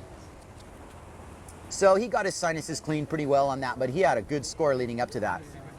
We give Nick Duday a ton of credit for making a wave ride happen in that. And I'm actually noticing something here, guys, and it might not be what we want to hear, but the wind's dying and it's shifting south. And what's going to happen here is we're going to have some heats right now that are going to walk the borderline. This one might not be the one. It might be 4 heats from now. But I've sailed here for 26 plus years, and I know it when I see it, and the wind is not going to be here forever. Not when you see a guy like Cookie going upwind, not moving. This morning it was onshore, and now it's turning offshore. That's not always a good sign. But we're all professionals here, and we're going to make the most of it. And you can better believe that if it's sailable, we'll be here holding heats. Cookie Nicole, on something of a bigger sail and board combination, has really found himself a pretty nice wave, but he tacks out of it because he realizes he's already done his little one-hit wonders. He needs to put together a wave ride of more than 2 hits. Nick Duday feeling a little bit underpowered on the inside as Cookie just plays the lineup, and now he's on a nugget. So here is Nicole. You can see how he sets his board off the bottom. It's a really clean draw. He's got a lip in front of him. He's gonna go climb it with a little extra tweak. That was notable. And you know, I wasn't expecting that little burst, the little extra tweak he put in there, and the judges are going to notice it because that was a rebound on par with something Jesse Brown did earlier. It's a little more than we expected. I think that put him in a real contending position in this heat, to be honest. He's going to need to back that up with 7 minutes and change to go. And I'm looking for Chris Freeman, but I don't see him, but I do see Lee. And Jay's got, you know, what amounts to a really nice looking wave ride setting up here. This will be a little bit of a deeper point wave. And let's just watch him go to town. Freeman's in the channel, so I can find Freeman. Never mind. Here comes Jay Lung Hee with a straight line to the lip, but he kind of chickened out on hitting it. And I'm sorry, guys, but you're going to get some minus points if you stare at a lip and don't hit it in this contest. And he's immediately regretting that. And any of my friends who saw me back down from that lip would give me a mountain for that. But this is a heat. And the judges would have given that a much bigger score had there been some actual lip contact with that. And that's what we expect out here. And Jay Hung, I'm sure if he'd given a second chance, he would have probably hit that lip. Anyway, enough on that. Here comes Cookie, who's going to back up his one really good score that he just got. Now you can see he's kind of gotten in a flow of a rhythm. Maybe didn't pick the best wave, and he realizes it because he kicks straight out of that. Nick Duday, originally from Cancun, Mexico. He's setting it up here. Slightly stalling. He's going to let Cookie get out of the way. Freeman gets out of the way. Nick Duday's got it all to himself, and he totally squanders his opportunity. Oh well, Nick. Nice try next time. Might be a little underpowered. It's only out on a 4.5. Okay? You make your own luck. Like I said, right there, Nick Duday had it all in front of him, and somehow just the inexperience of youth caught up with him there, and he blew his bottom turn and blew a good score. Anyway, you can see he's not killing himself over it with 5 minutes and change and one good wave ride in his belt, as well as Freeman. This is a closer heat than you may realize. And this is for all the marbles, because if you don't make it out of this, game over.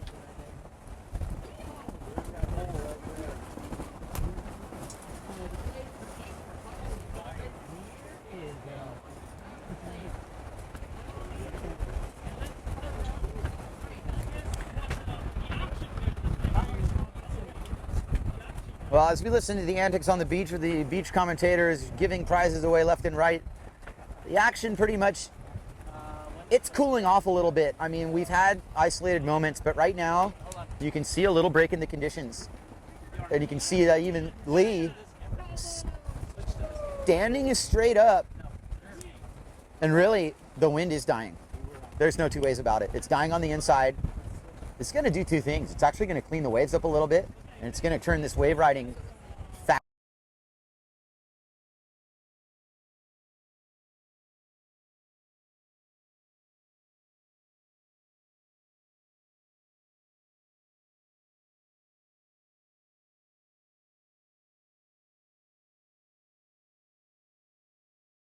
However, is planing, and he's going to make it through this wind shadow with a scoreable wave riding opportunity. He's got 4 minutes, as does everybody else in this heat. And Freeman, you know, I give him a lot of credit because he's really punched a good lip there. Unfortunately, it punched back.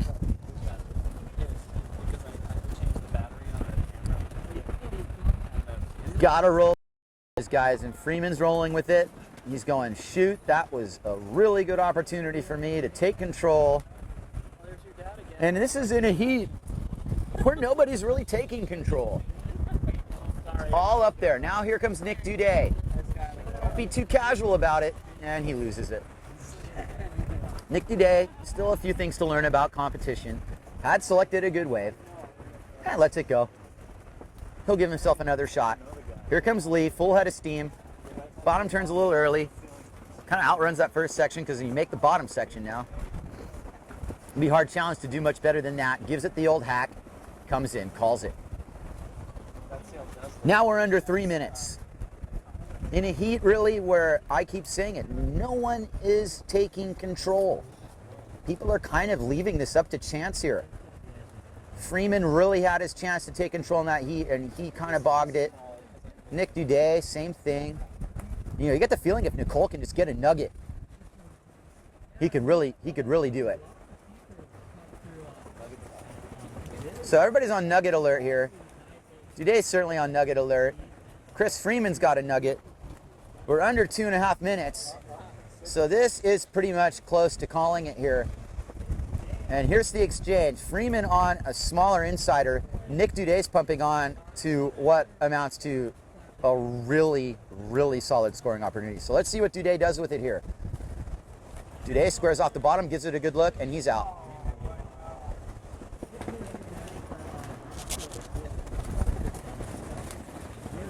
Okay, Cookie Nicole, full head of steam. This is a big chance for him. He's gonna get under it. He's gonna get the aerial. He's gonna fly through this section and make it.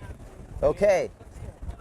You know, easily puts himself in contention with that based on everything else that's happened. Jay with this sort of forced looking, oh, didn't quite get it. No. So Jae Hung Lee now, he gets the guillotine. He's just put himself in a situation with 1.5 minutes where he might not get another score. He might not get another opportunity.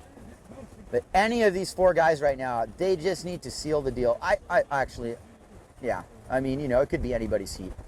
I think it's pretty much Nicole, Freeman, and Duday at this point. Cookie very generously is pushing Jae Hung's Lee. Now we have kind of a pilot, but he's really just, he's just being generous, making sure that his compatriot friend doesn't go on the rocks. That's really good showmanship, great sportsmanship. And you know what? Nicole just gave away his opportunity to ride another wave because of it, because now he's busy being a rescuer instead of a competitor.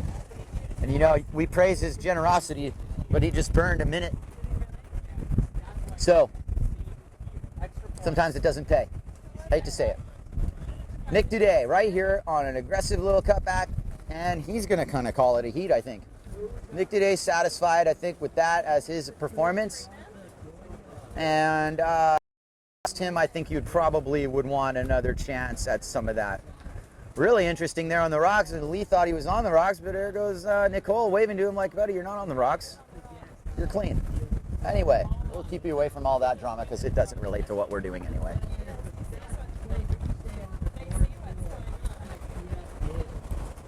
Okay, Kai, I'm going to hit some commercial action, all right? Yes, we'll be commercial. Come back soon.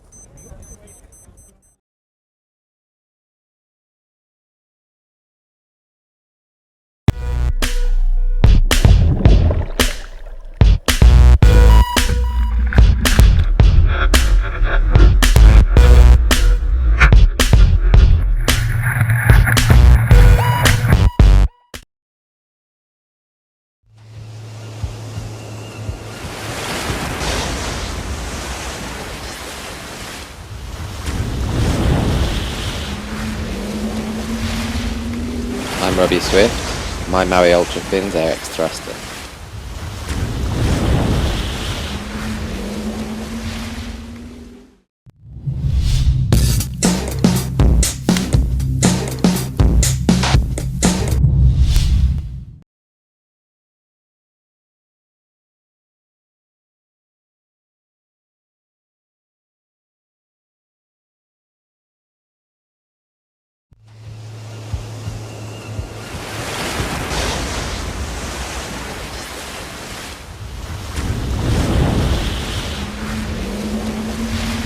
I'm Flo Jung. My Maui Ultra Fins are the X Quads.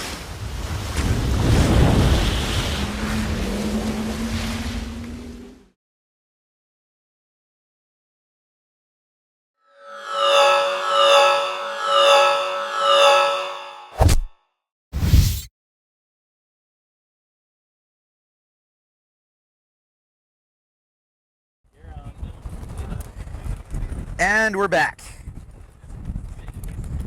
And the wind's playing games. But that's part of the deal. And if we had a switch we could flick on and off, we would, but someone else is in charge of that. And right now he's kind of going, all right, we'll get you to 5:30, we'll get you to 5. We'll try not to cancel any heats, but we can't guarantee it. But at this point, nothing's canceled at all. We're going straight into it. My understanding is this next heat is a Strato and Bitoon only. And setting it up is Alex Bitoon. He's not going to waste any time. Former professional sailor, you know, always. Okay. Roger that. Golito didn't get supplied with equipment in time, so we're not going to be graced with his presence. And that effectively knocks him out. Now Markham's also not in it. So Bitoon all of a sudden has himself in the round 3. He's just going to go out there and sail to make sure that he gets a score. Yeah.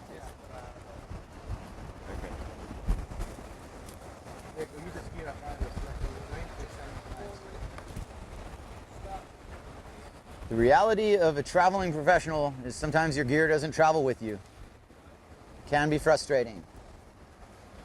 And regardless of all that, we're just glad to have everyone here. That's what matters.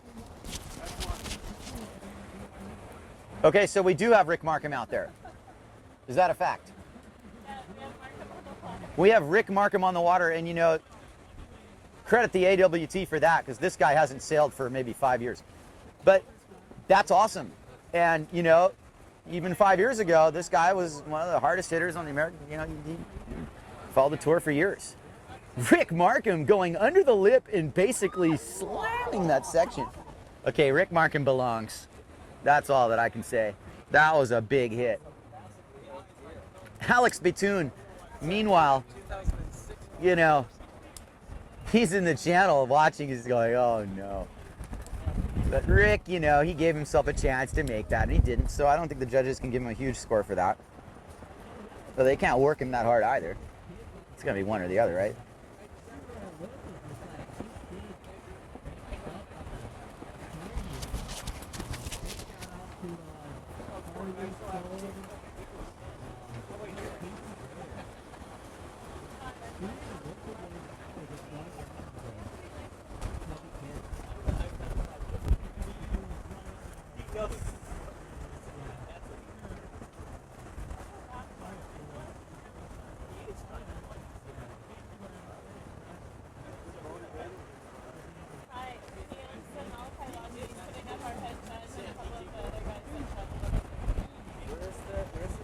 We would like to thank Nalukai Lodge, Rick Markham, for putting up some of our judges.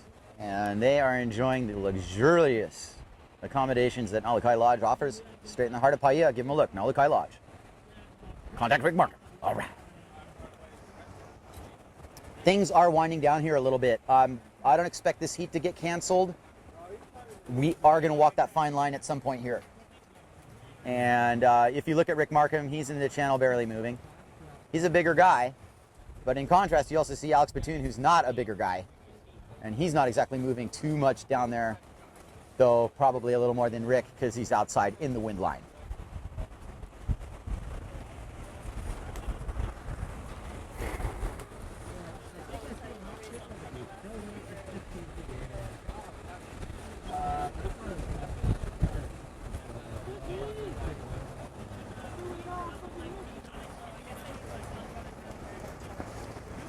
This is tough, you guys. We were looking at a situation right here where the wind line clearly has done a shift. Two things have happened. It's gone offshore on the inside. It's back and forth. We're going to have periods where it fills in and fills out. The bottom line is we're on the slow decline here. Doesn't affect Alex Bitoon as he punches out the bottom. Stylish bottom turn for Bitoon, really. Gets his board in a little bit of a tweaked, contorted position. Redirects again right where the lip broke. That was powerful. All right, Alex. That was a nice wave ride. Pretty much Alex, 2 waves in here, has made it look really good. Definitely made it look really good there. Now we're going to see how easy it is to get back out. You know, we got the Walsh brothers there on the Red Bull jet ski providing water safety for us here. And wouldn't you know it, they're there just watching. There's no jet ski assist or towing in allowed. Nor should there be. Alex probably wishes they could take him straight back out to the peak, but nope, nope. We rely on the conditions to do all of this.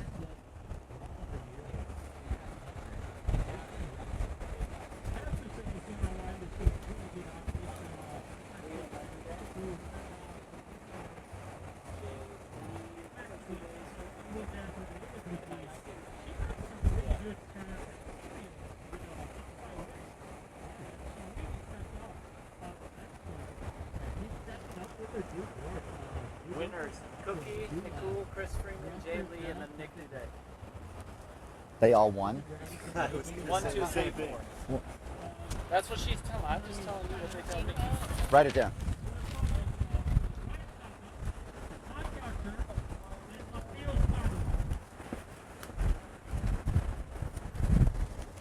There you go, sir. Thank you, kind sir. We have results from Heat 18. Yeah, you know, Cookie got that heat. That's a solid result for him. Freeman in second, Duday in fourth, and Lee in third. Once again, Cookie Nicole in first, Chris Freeman in second, Jae Hung Lee in third, Nick Duday in fourth. You know, really, no praise and no disgrace for Duday. He really had a stacked heat there. He's going to learn from that. Same thing with Lee. You just live and learn, and you get better at competing. That's how it works. Alex Bitoon setting up for a wave ride that's going to happen somewhere in the H. Poco area, which is our point here. And he punches a well-timed bottom turn, and using the wave knowledge that his surfing experience has given him, puts himself in 2 good really turns, and that's gonna be good for Alex. Wasn't the best wave ride, but it was definitely what that wave asked him to do. So meanwhile, Rick Markham's trying to set up wave ride number 2 for his heat. And it's looking pretty good for Alex here. You know, it's a simple situation.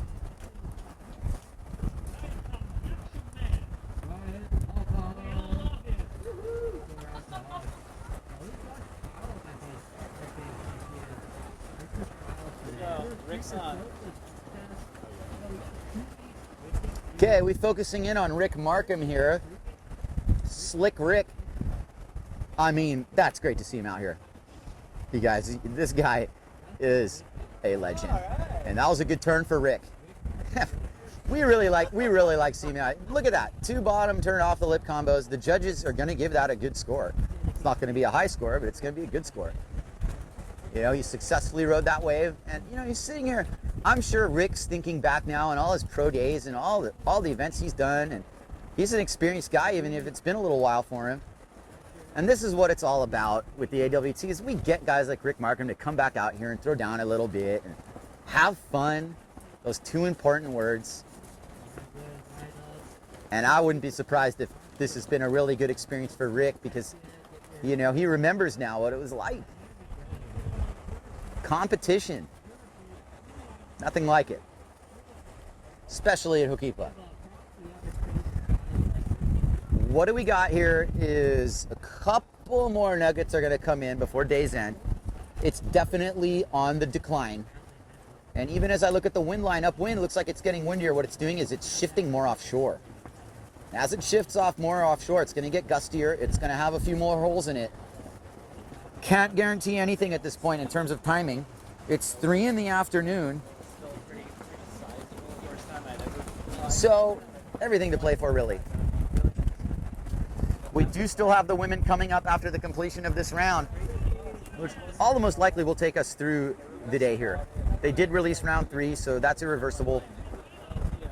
Overhead wave, just like freakishly just jacked up.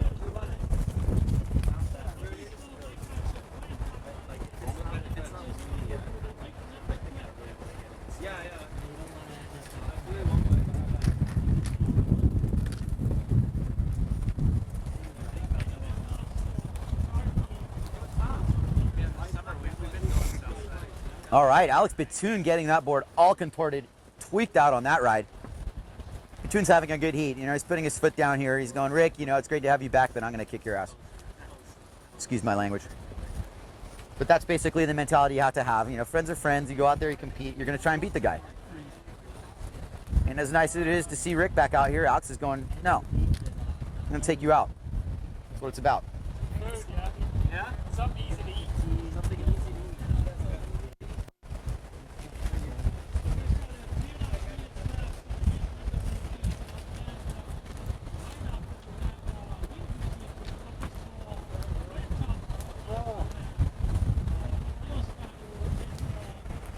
That was actually fun. Good sailing, Chris. It was actually fun. Chris Freeman just coming in from his heat, having gotten second in that, and mentioning that he had fun. And gee, wouldn't you know it? If you have fun, you actually do sail pretty good. You know. Straight off the bat, I'm like, oh, I've actually had a nice wave, so I kind of feel happy now. Like, actually, if I get another one okay, I think I can get through it. Head Judge Chris Freeman with a pretty solid heat in the pros gets a second place result out of that. And yeah, I mean, he's just saying it himself. You know, the wave selection played a really key factor in there. Having fun aside, the point is that you got to get the best waves in that heat to make a dent. You got to get the judges, you know, on your side. You got to win them over a little bit. I had 2 waves, and I looked, I watched, there's like 5 minutes left. I was like, where's that 10 minutes gone? 2 minutes and 45 seconds left in this heat. Rick Markham versus Alex Batoon. And what you're seeing here is one of those, you know, kind of positional battles. Batoon can't get this. Rick probably won't get it either. And yes, I mean, this is definitely relative to the conditions deteriorating. However, Alex Batoon, as soon as I say he can't get it, he gets it. He basically wills his way into this and goes to the channel for his one hit, which he is going to get. And that's pretty well done for Batoon. Rick Markham, however, under the lip, over the lip, and into the channel, hooks it up. And then it's like, the first wave is so much longer. Yeah. Because after that you can't get high enough up to like...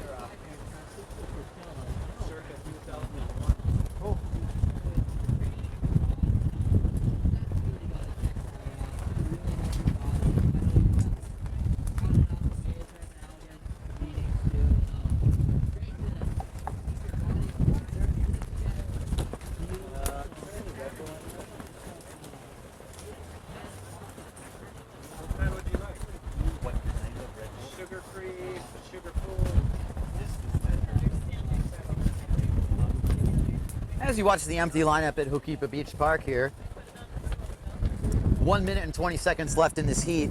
I think it's pretty safe to say that that might be it. We'll see if Batoon can get this last gust and get into the lineup. I wouldn't say it's decided, but it's looking fairly in Alex's favor here. I would think Rick really needs to put together a really strong wave ride to bust into the first place position in this.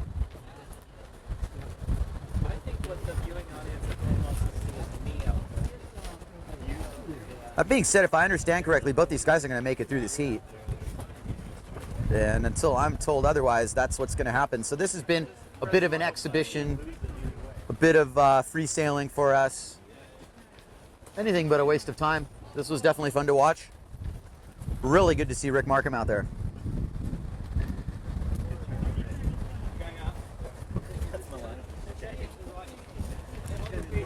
30 seconds left in this heat. And you know, what are you looking at here is basically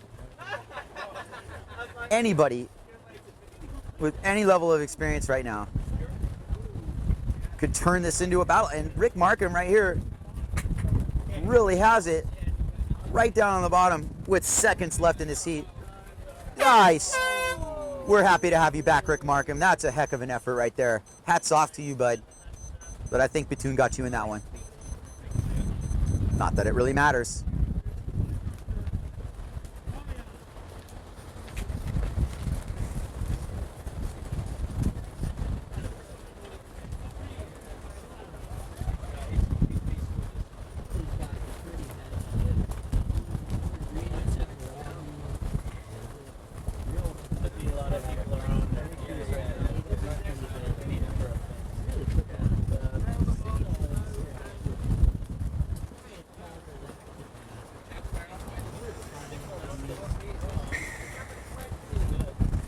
Someone tell me what's going on in here. No clue.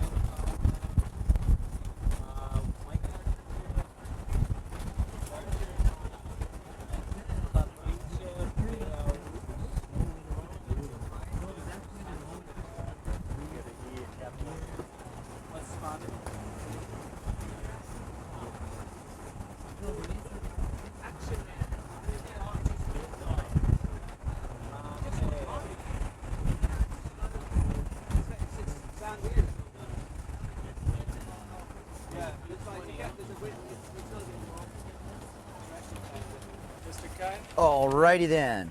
Let's see who's in this heat. We've got Toma, the action man, back in action. Mike Archer, Spanu, and Fabrice Beau. That's who I was trying to figure out was in this heat. And I think the heat just started, actually. So game on with the heat. And here goes Fabrice Beau on the first wave of his heat with Brian Toma right behind him. Fabrice Beau taking the H-Poco section and turning it into a good score there. That was a 2-hit wave with the aerial. Brian Toma's got a long line on this medium-sized nugget coming into H-Poco. He gets off the bottom, but it avoids. Nope, he doesn't get it. Doesn't get that final end bowl hit. So Fabrice Beau, that early charge in this heat.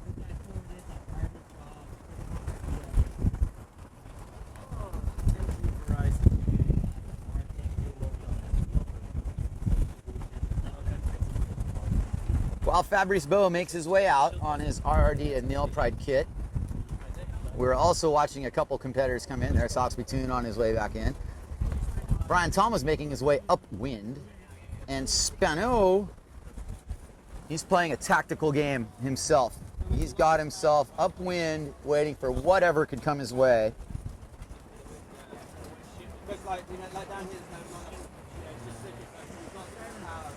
Meanwhile, Mikey Archer on the Simmer Blacktip upwinds, just squeaking out. This situation really does not favor him because it is quite light. He's a big bloke.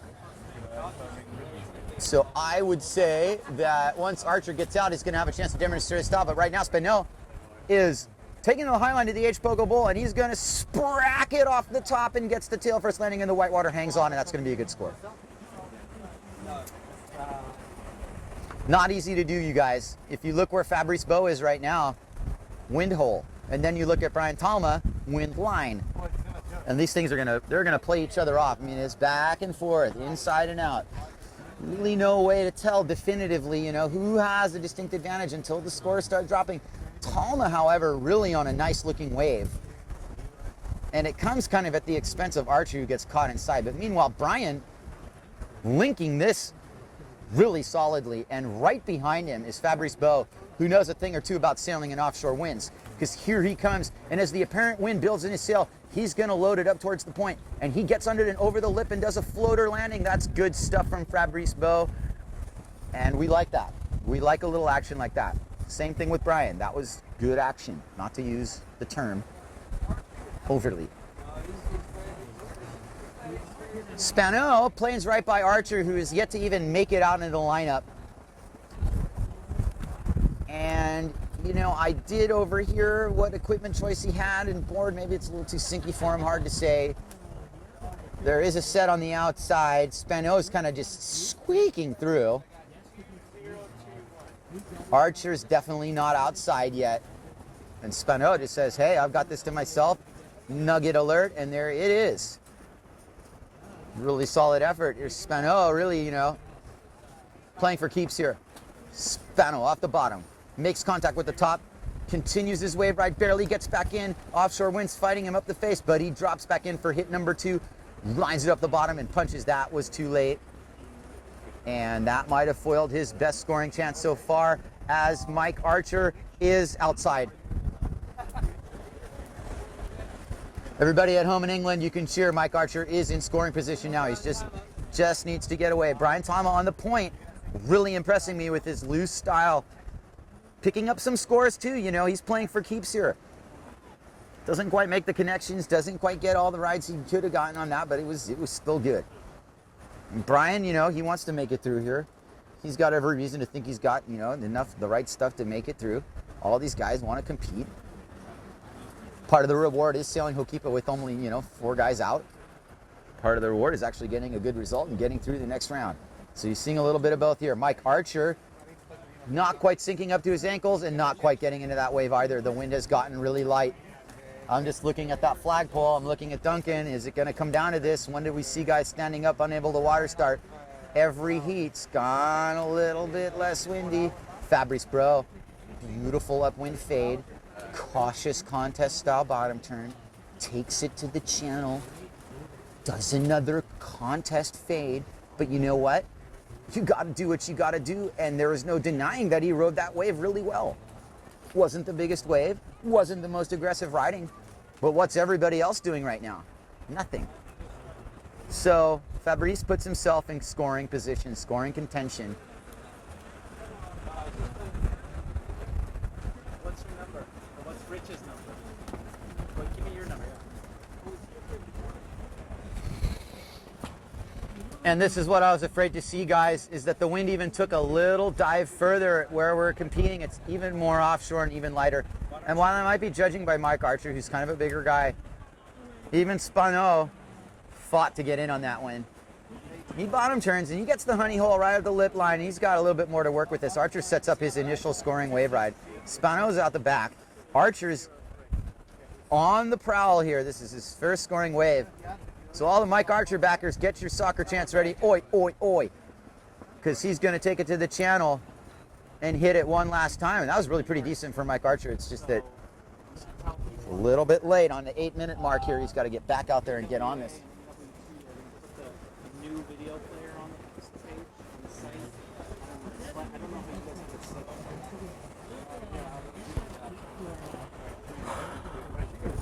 Well, I don't know if they're going to put it on the site, so I don't know what you guys are up to. As we faithfully watch this happen here, Talk to Rich.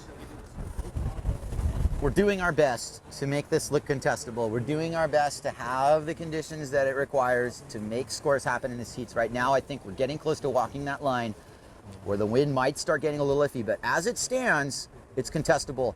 Guys are catching waves, guys are riding waves. And as long as you can stand up on a board, you can score points in a heat. That's the bottom line.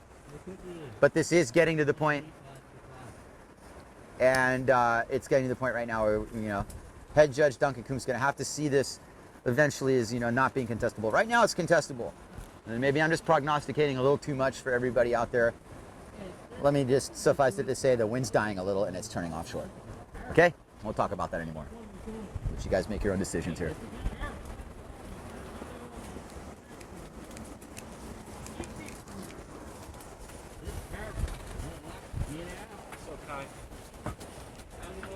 In about 5 minutes, we're going to switch the video embed, so say something to this effect.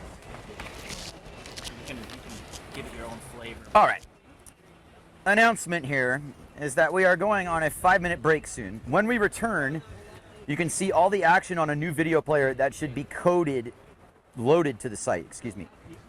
Okay, see you on the flip side. So we're going to disappear for a little bit, and then we'll come back, different code. All right? Sound good? Deal.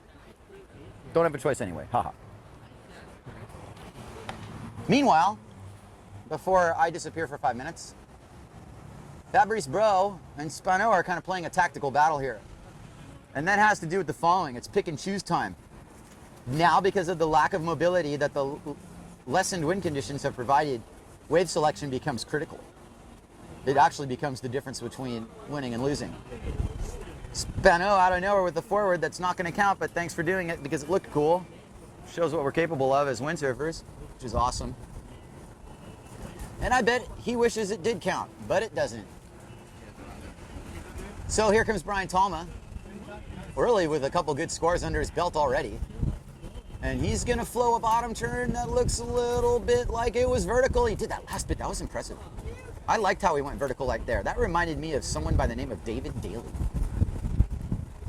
Mr. Vertical. Well, Brian Talma did the same thing. And here comes Fabrice Beau.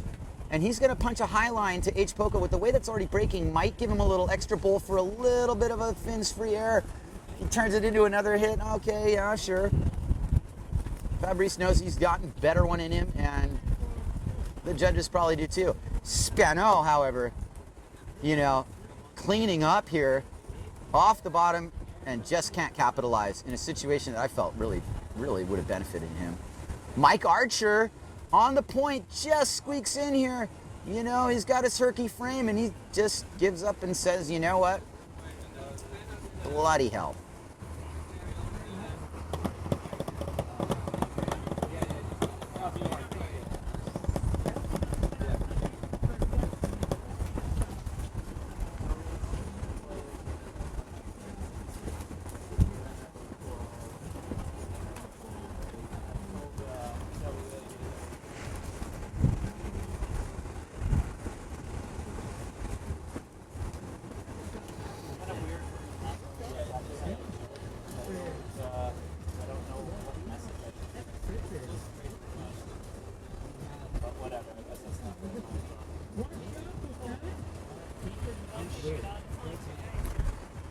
Let the tactical battle continue here. We've got 3 minutes and change, 3.5 minutes roughly in this heat remaining.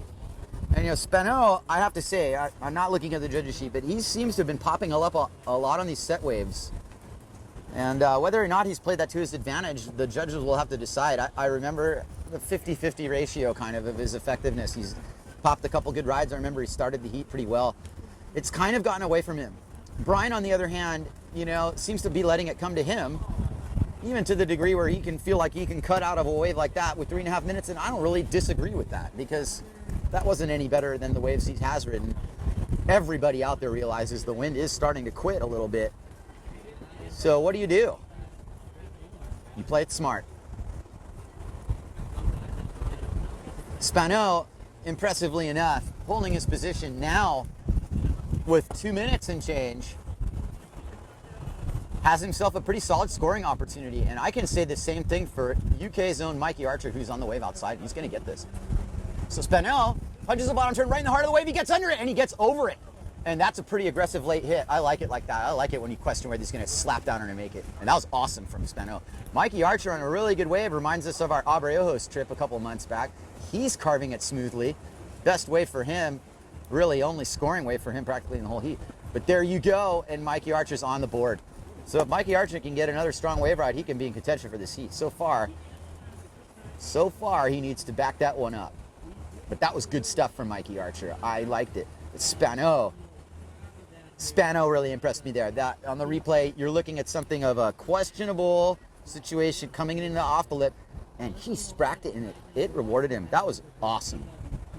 Yeah, call Spano a non-local all you want, but he's sailing Hookipa like a local right now.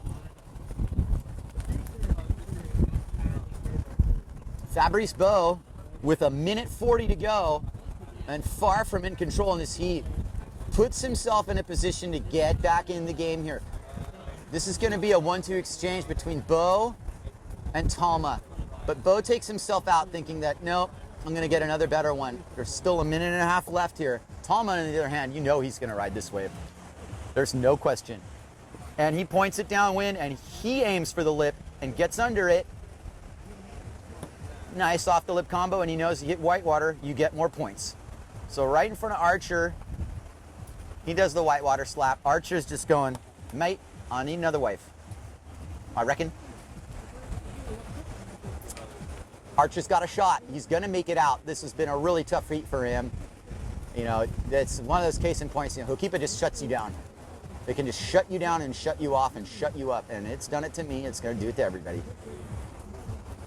But right now, between Spano, Beau, and Talma, it's an interesting battle. And I'm not judging this, so I'm not going to give you my opinion on it. But it's tight. It's tight. And Duncan Coombs just told me it's tight. And when it's tight, when you got 24 seconds left and you're Fabrice Beau, you want to make it count, no matter how big the wave is. He's made his decision. He's going to ride this wave. Fabrice waits to the last possible second before it forms on the inside reef. He gets an aggressive cutback, a good shower of spray. He's going to have more to work with. Second shower of spray, third cutback, fourth cutback. For this wave, he's done everything you could possibly do on it. And fifth cutback. You know what? Fabrice rode that wave. I'm not going to call it a difference maker. I'm not going to call it anything other than what he might have needed to do, and he tried for the board 360. He didn't get it. I don't know how to share it from this sort of laptop because I have a Mac. Brian Talma pumping into that wave, that's not going to count for him. The judges are circling their scores. They are done judging. Sorry, Brian, not going to count. Nice nugget anyway. Why don't you hit the lip for us since you're on camera? No, Spano's on camera, and Spano's on camera for a reason, because he probably won that heat. And they are screaming back in his home country right now. Forte! Prego! Is that Italian? 4, 3, 2, 1, we're up.